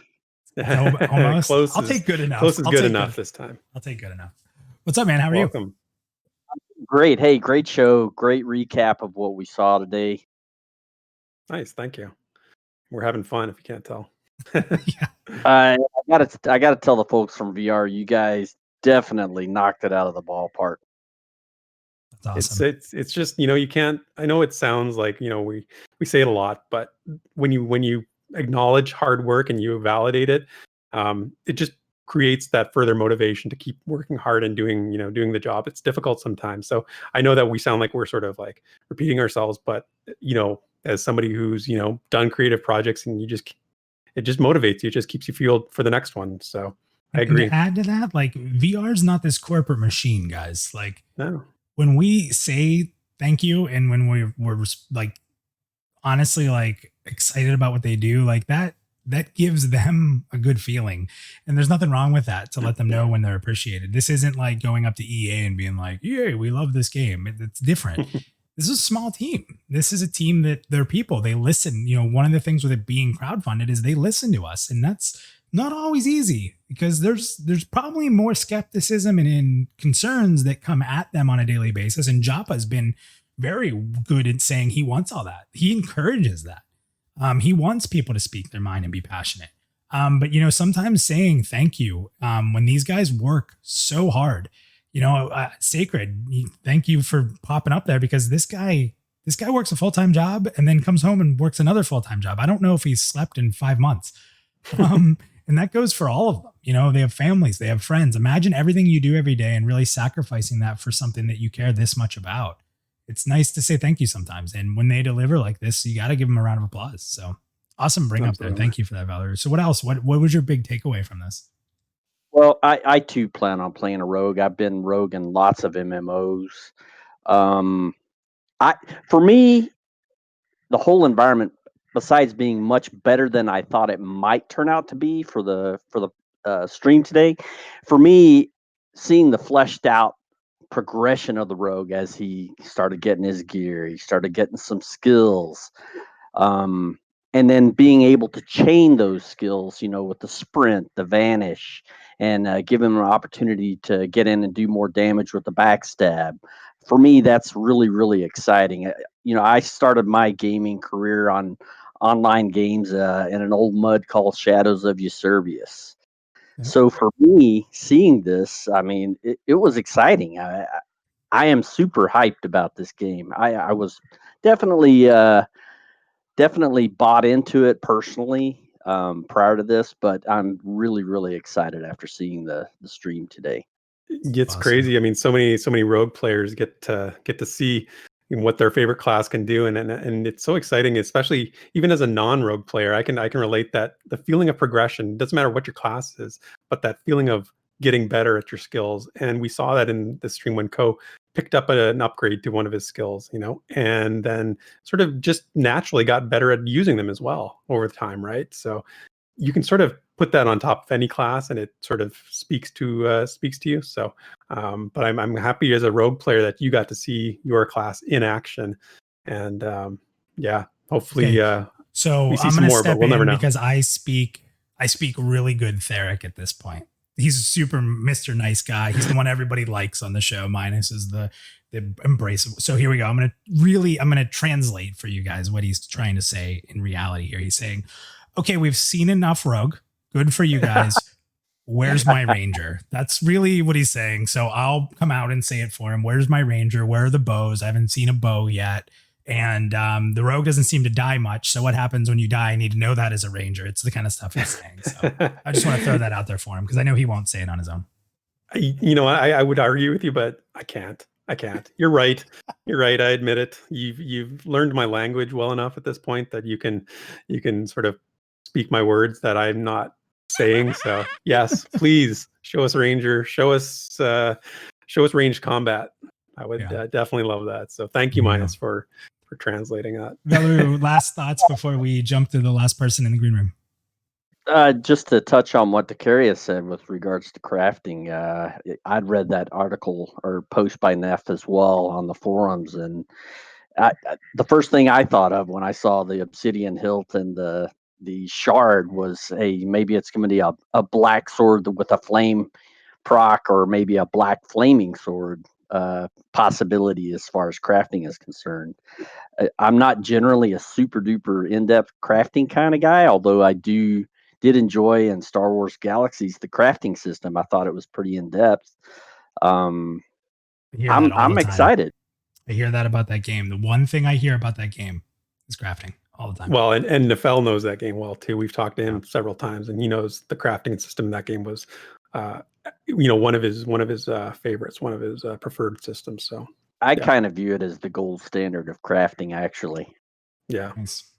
Yeah. All right, Valeru, thank you for coming in. Thank you very much. Don't be a stranger. We'll see you next time. Take care. All right.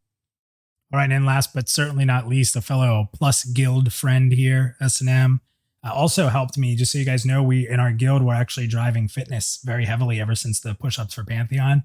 We're doing a guild-oriented channel where we're actually pushing each other to work out every day. We're tracking our results, helping each other. We're doing push-ups every day, kind of from the Basgrim thing. So that's actually a big in part from S&M here, who has kind of helped put that together. So welcome in, man. Little intro for you. I appreciate that, man. Thanks so much. Hey, long time listener, first time caller.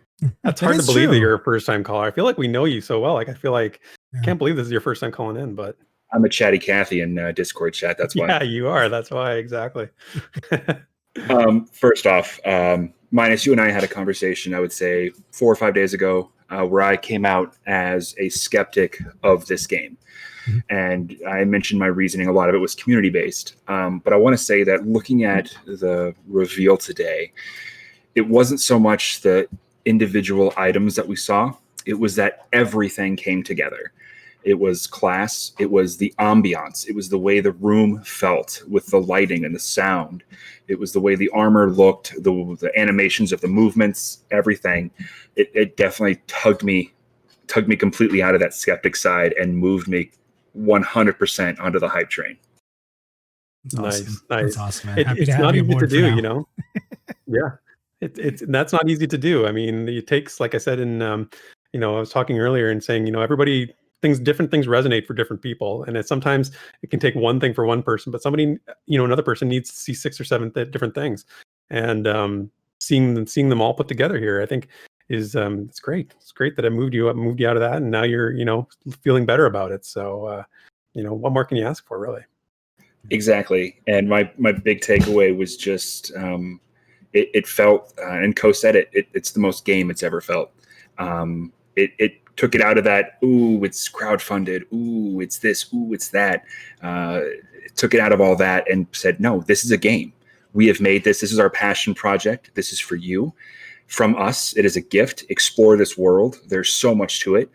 They made one comment very, very early on that said, making the world populated with lore and items was now trivial with their new setup. And that blew my mind right at the very beginning. Well, that's it. It's like when you get to that point where it's of that level of development, you realize how you can get there, how quickly you can get there, you're not that far away, like the core systems, I know that there's a lot to do still, but core systems is the biggest work. Yeah, crazy. And you mentioned this co-saying this felt like a game. I mean, I've played indie games and I've played AAA studio games. To me, this looked like a AAA studio game.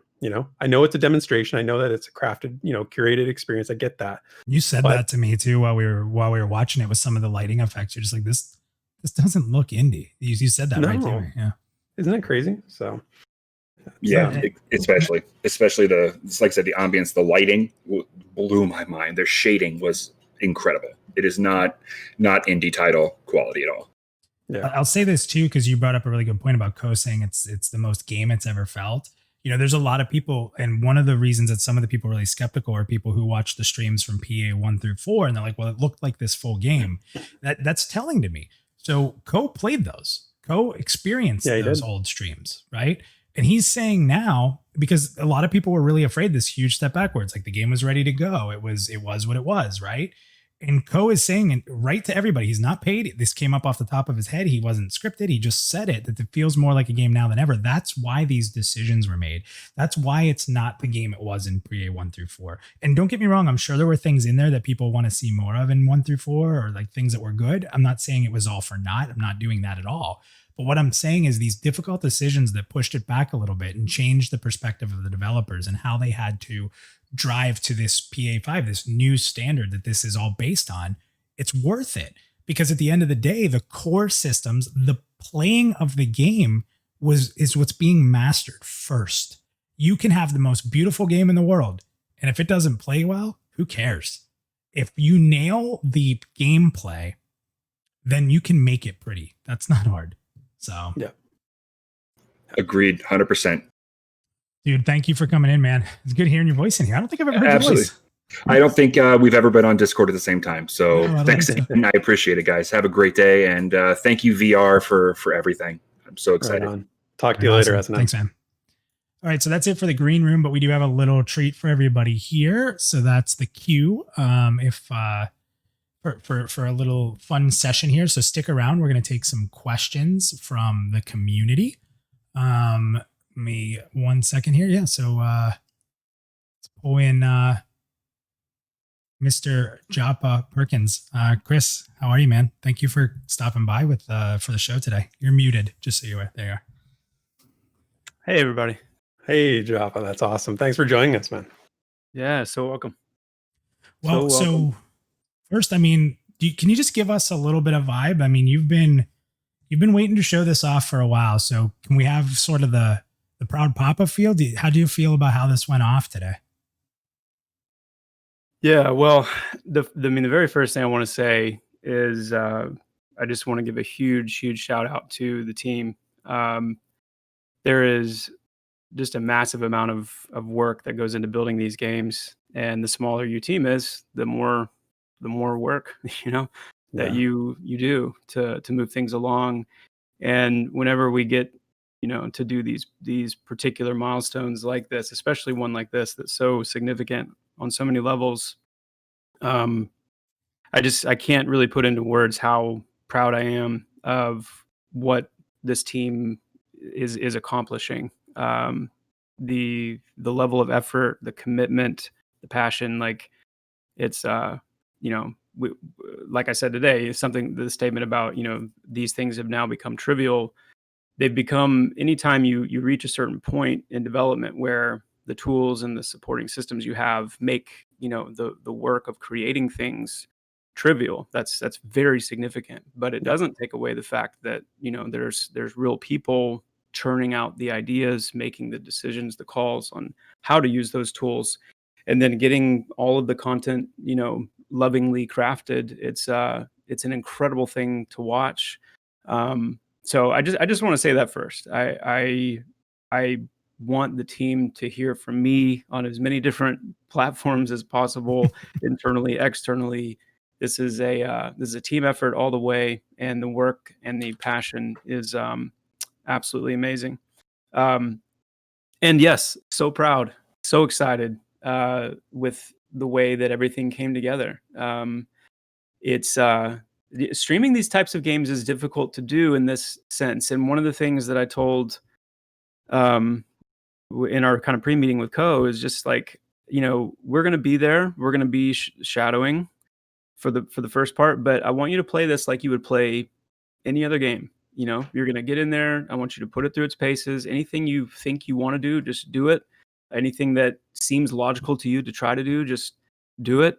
And less of us gumming it up with developer speak and, hey, did you notice that? And hey, and I thought, and the goal in creating this, putting all this together was this needs to be like a real gameplay session where someone can get in and just, without a lot of developer intervention. That's one of the big things with the evaluator build is we want to be able to send this off to someone and just say, okay, take some time and play it.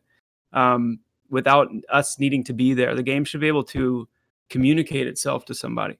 We still have some work to do on this with some of the tutorializing and making some of those steps a little bit more clear. But I just couldn't be happier with the way that it all came together, and listening to everybody today and the feedback. It's been just incredibly validating to know that it seems like we've accomplished that. And what an amazing thing, to this is a turning point for sure for us in terms of seeing everything that we've worked for come together in a holistic experience, and knowing that what we're reaching for is resonating. And now it's just, let's make the whole game that way, and we're ready to roll. That's awesome. That's awesome. I just to dovetail on what you said there, and you're sort of deflecting credit to the team, but at the end of the day, there's a lot of creative choices that you have to make, I'm sure, and everything beyond the mechanics and the nuts and bolts of it. Creative choice is a real thing, and your sort of how you see this game and what your choices you're making from a creative standpoint, they're resonating. They're coming through, and I think the community really responds to that. So thank you for that. That's awesome. It's awesome to hear. So, Joppa, you want to take some questions from the chat here? They're starting to fire them in. That way they can actually get to chat with you. So, I didn't want to take up too much time, but I'd love to hear a few questions and chat a little bit. Yeah, and if you can't answer them, we understand. Everybody here just know. I'm sure Joppa will be more than happy to answer what he can. So, okay. So I've copied a couple so far, so I can give you one. Somebody asked if you can say, what the next sort of class coming down the pipeline might be in terms of showcasing. I know that it's a slow process, but anything on that front? It's most likely going to be the monk.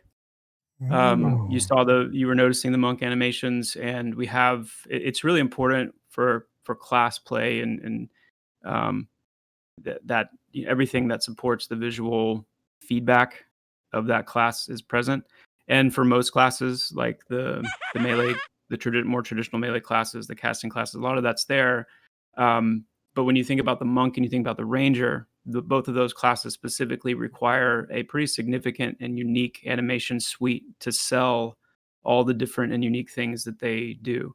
The monk has his finished, and so the monk is ready, and the monk and the ranger both provide very unique forms of gameplay, both visually and just the functionality of the gameplay. So the monk is going to be a great one to get online. And then the next big animation push we're making is to finish off all of our ranged combat animations, which will be what obviously supports the ranger. And then as soon as those are done, the ranger will be ready to roll. Wow, that's fantastic. I think you just made a lot of people happy with that answer. That is fantastic, including me as a future ranger. Oh, me too. Yeah, I can't wait. I love playing range classes, so I'm really excited about it too. It's music to my ears. Yeah, I have to say those monk animations, they looked so good, in terms of the training room there, and I noticed it right away. So yeah, whatever you're doing with those, doing a great job with those. Yeah, Ross has been doing a really great job, and it's a general point to make too that we're still at a stage in development where I'm more interested in having more animations that might have some rough edges than I am going really, really super deep on animation polish. But there is a lot of polish to be done with animations, both in polishing up the animation themselves, but then also, dialing in transitions and blending and things like that. So you can just continue to expect to see improvements in that area. That's great. Okay, I got another question from chat. Somebody wanted to know this specific, will you be doing a run through this demo in a future stream, like maybe with just you and some other devs, or with anybody? Are we going to see this this sort of environment again? Yeah, I definitely think we should. There's a lot more in here. I think probably touched about 30%, 40% maybe at most of all the stuff in here to see and to do. So I think there's a lot more that can be shown. There's a lot of there's also different class perspectives to show it from. So I absolutely think we'll be seeing more of this, and it also showcases.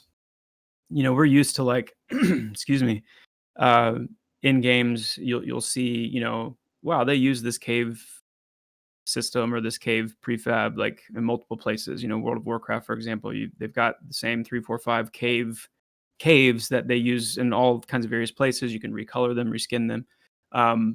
This is a perfect example of taking, you know, a lot of the aspects of Halnir Cave that, you know, we've seen before, but you do a little bit of reorienting, and you do a recoloring and a different lighting, and, you know, obviously it's a whole different setting. But it's also an example of a smart thing to do when you're making a game as large as an MMO, to repurpose assets, not in just a drag and drop where it's literally exactly the same, but there's a lot of mileage we can get out of, you know, these cave assets. So for that reason too, you know, seeing more of this, this is it's a good thing to have, because it allows us to build a lot of different content areas in a lot of different zones that can take on the look and the feel and the context of those areas, with much less development effort than creating entirely new kits and packs of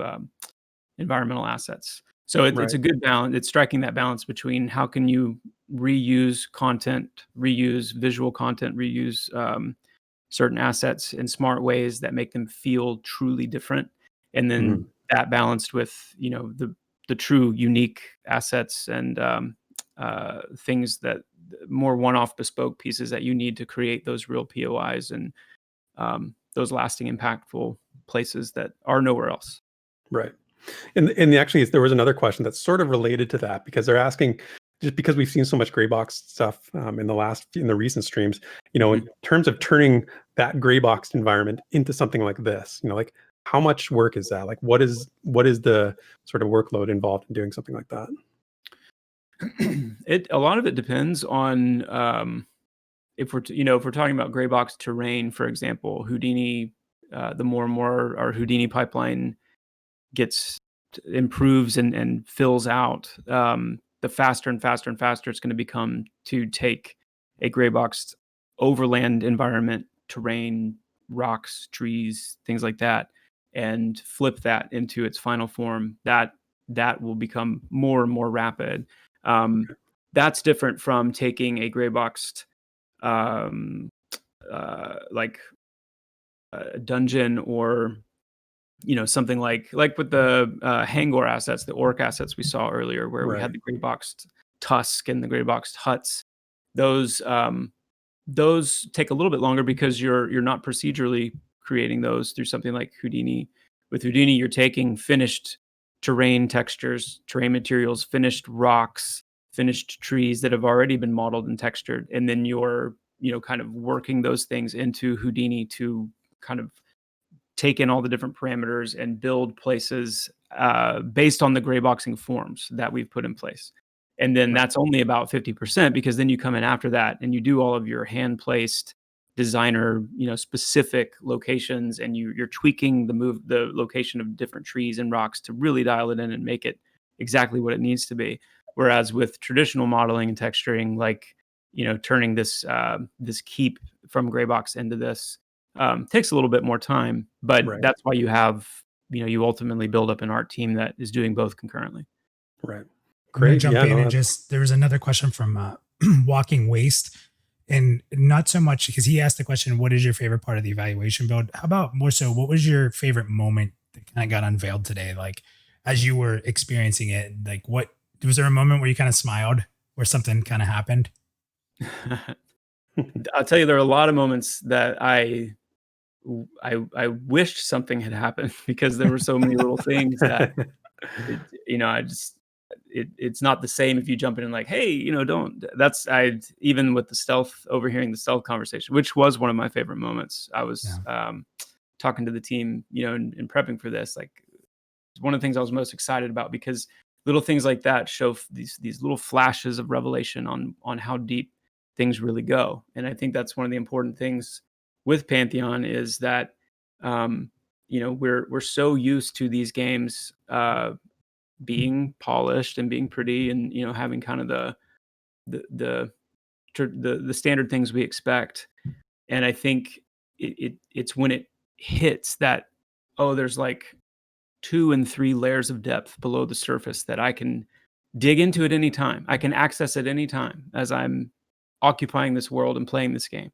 If I just today feel like I just want to go off and like purely immerse myself into finding everything I can out about where I am and what's going on. Like there's always, I think of it as being on a highway where there's just all these off ramps and on ramps into anything and everything you can imagine. And the more that we can build in, that's what we're going for. So that was a big piece today, is just seeing his joy in realizing like, oh my goodness, like, you know, there's so much here to dig into. I think, you know, the moments where he overheard the stealth conversation, the moment with, you know, putting on the artifact, you know, the way climbing kind of reintroduced itself a few times, is like, oh yeah, I forgot I can even do that. And a lot of the ways that I feel like he was able to intuitively kind of, you guys were talking about this earlier a little bit, where, you know, I think if it wasn't in a stream environment and you really played it from the very beginning, this specific experience, it does really kind of lend itself to helping you intuit what you could do, what you might want to try to do.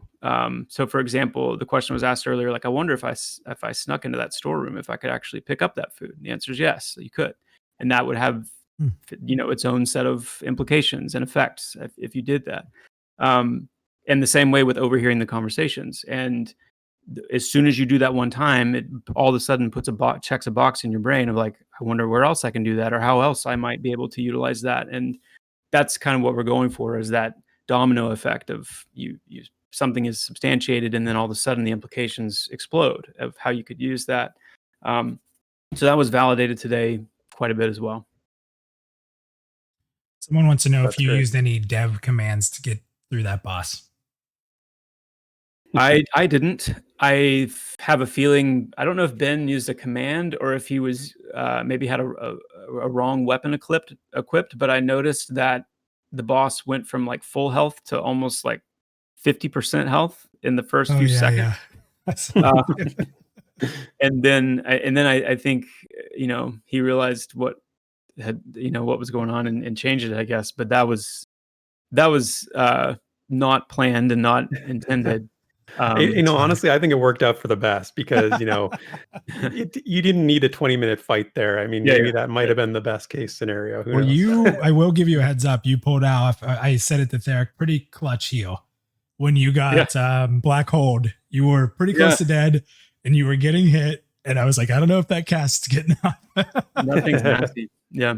The animation on that was really cool. The effect on that black hole, whatever it was super cool. Yeah. We were actually tuning the visuals on that as early as last night. Kyle and I were in there, and he did some amazing stuff, just pulling off some programming magic to really get a lot of that. And you do tend to do that with boss fights, because you want to really, you know, just kind of frame it all a little bit more clearly. And there's still some cleanup to do with that fight, but that fight's, I'm really proud of the way that fight came out. Convo did a lot to help with the kind of the ideas for those abilities and how they would affect the player. And we came up with the Blossom ability, which was a new one, and that's why when she went to 50% health, at 50% health, that's when she does that ability. She summons a random person to the eye in the center of the room, roots them, and then builds up this massive like blast that, you know, she fires off, and there's like a camera shake, and it's like this huge like boom, and that was really satisfying to see. But then to be able to, you know, to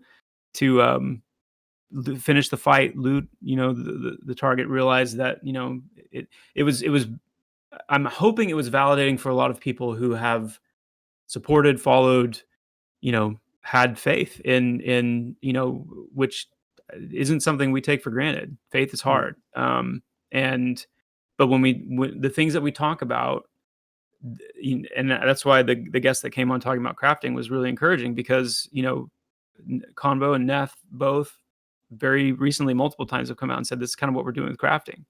And then boom, like you see it happening. And then the fact that you could have taken those ingredients back and, you know, followed kind of some of the clues and whatnot to craft a really, really cool weapon that we're not going to spoil, but that is the crafting and the harvesting sphere living alongside and in harmony with the adventuring sphere in a way that it is truly coming together. So yeah, That's there's so wonderful. much. I think as I sleep a little bit more and kind of get more mentally back in place and reflect and just have time to think, I think what this stream has accomplished and what we have, coming online in our gameplay and the game's development is it's just very, very significant. That's great. Now, I don't want to take up all your time today, but there's one more question we have to ask because the chat is very much asking about it. Is about PvP. They just sort of want to know sort of the plans are still to have PvP on a separate server, down the road, closer to launch, obviously. But has anything, changed in that regard, I guess? Yeah, nothing's changed. I know Minus has said some strong things of late about his thoughts on that. Me? No, I don't. Never.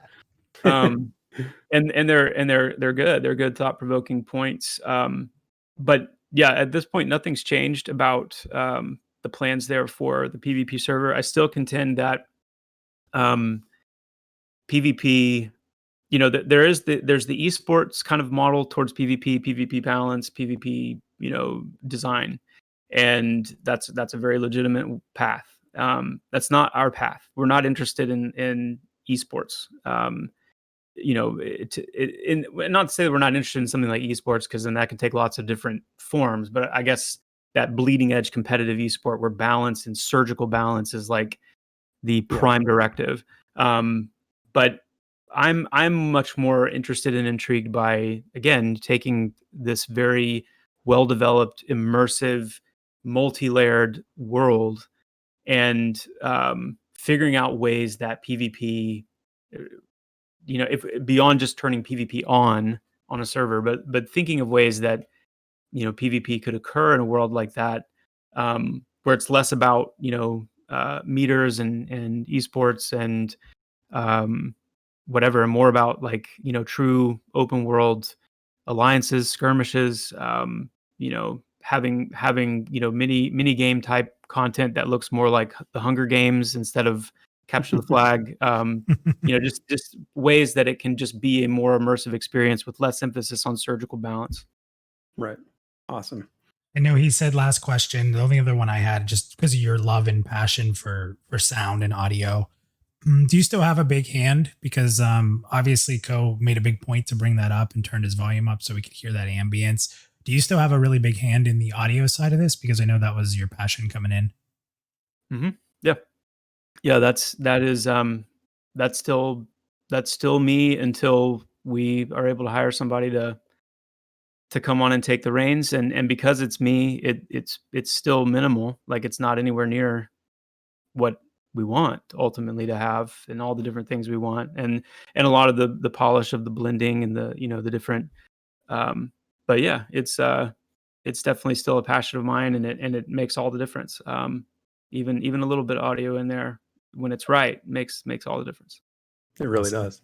Totally. Well, you just showed at minimum of 14,000 people an awesome Pantheon experience. You guys should be really proud of that. And again, thank you for coming on here and talking to the community, answering their questions. And, just to reiterate Joppa's point, Therek, I think it's important we say thank you to everybody at VR for the hard work they do. Mm-hmm. Like I said, I could sit here and name a bunch of names, but I know I'll forget somebody by accident. So it just goes out to everybody for the hard work they've put out there. It is truly a team experience. Every single person, pulls more than their weight, I guess I would say. Absolutely. It's a great job. Great job on the showing today. Yeah. That's a great work. Congratulations. You guys knocked it out of the park today. And at a time where I think you've all committed a lot to transparency and wanting to do more and show more. And, Ben's come out and really taken a big hand in communicating more. I think that this is a great combination of that. So great job and congratulations to all of you. Yeah, right on. Thank you all. Thanks, Pantheon Plus. Thanks, Minus, Therek. Thanks to all of you guys in the community for the encouragement, the support, the excitement. And we're carrying on. We gonna get a little bit of rest today, and we're right back in, and couldn't be more happy about it. So we'll be catching with you guys soon, onward and upward, and we'll talk soon. Thanks for having me. All right. Thanks, and Java. Joppa, See we'll ya. wait for, I'll let Nathan and Basgrim know we'll be waiting for that invite. So appreciate that too. Just kidding. All right. Thanks, guys. I really appreciate it. Great show today. Thanks for sticking around longer with us, Therek. Amazing day today. We had the rewind. We had a 2-hour stream. We did a 2-hour stream. I mean, talk about Pantheon, right? If no one's sick of us yet, we're in a good spot. So, Yeah, you know what, man? Even if my Bears lose this afternoon, I don't care. I've had a great day. It doesn't matter what happens. Let's cap it off. This is too good of a day. Let's cap it off with a Bears win. Even if you're not a Bears fan, let's Bears for Therek. That's the trend. Let's trend that on Twitter. Bears for Therek. Absolutely. Thank you to everybody who came in the green room. You guys are amazing. You guys make this show possible. And without you coming on the show and talking and being in the chat, and we've had over 100 people for this show all day, then we don't get great moments like Jop asking to come in. It's not, he doesn't come in because of me and Therek. He comes in because the community is here to support it. And he wants to say thank you to you guys. So awesome stuff. Thank you, everybody.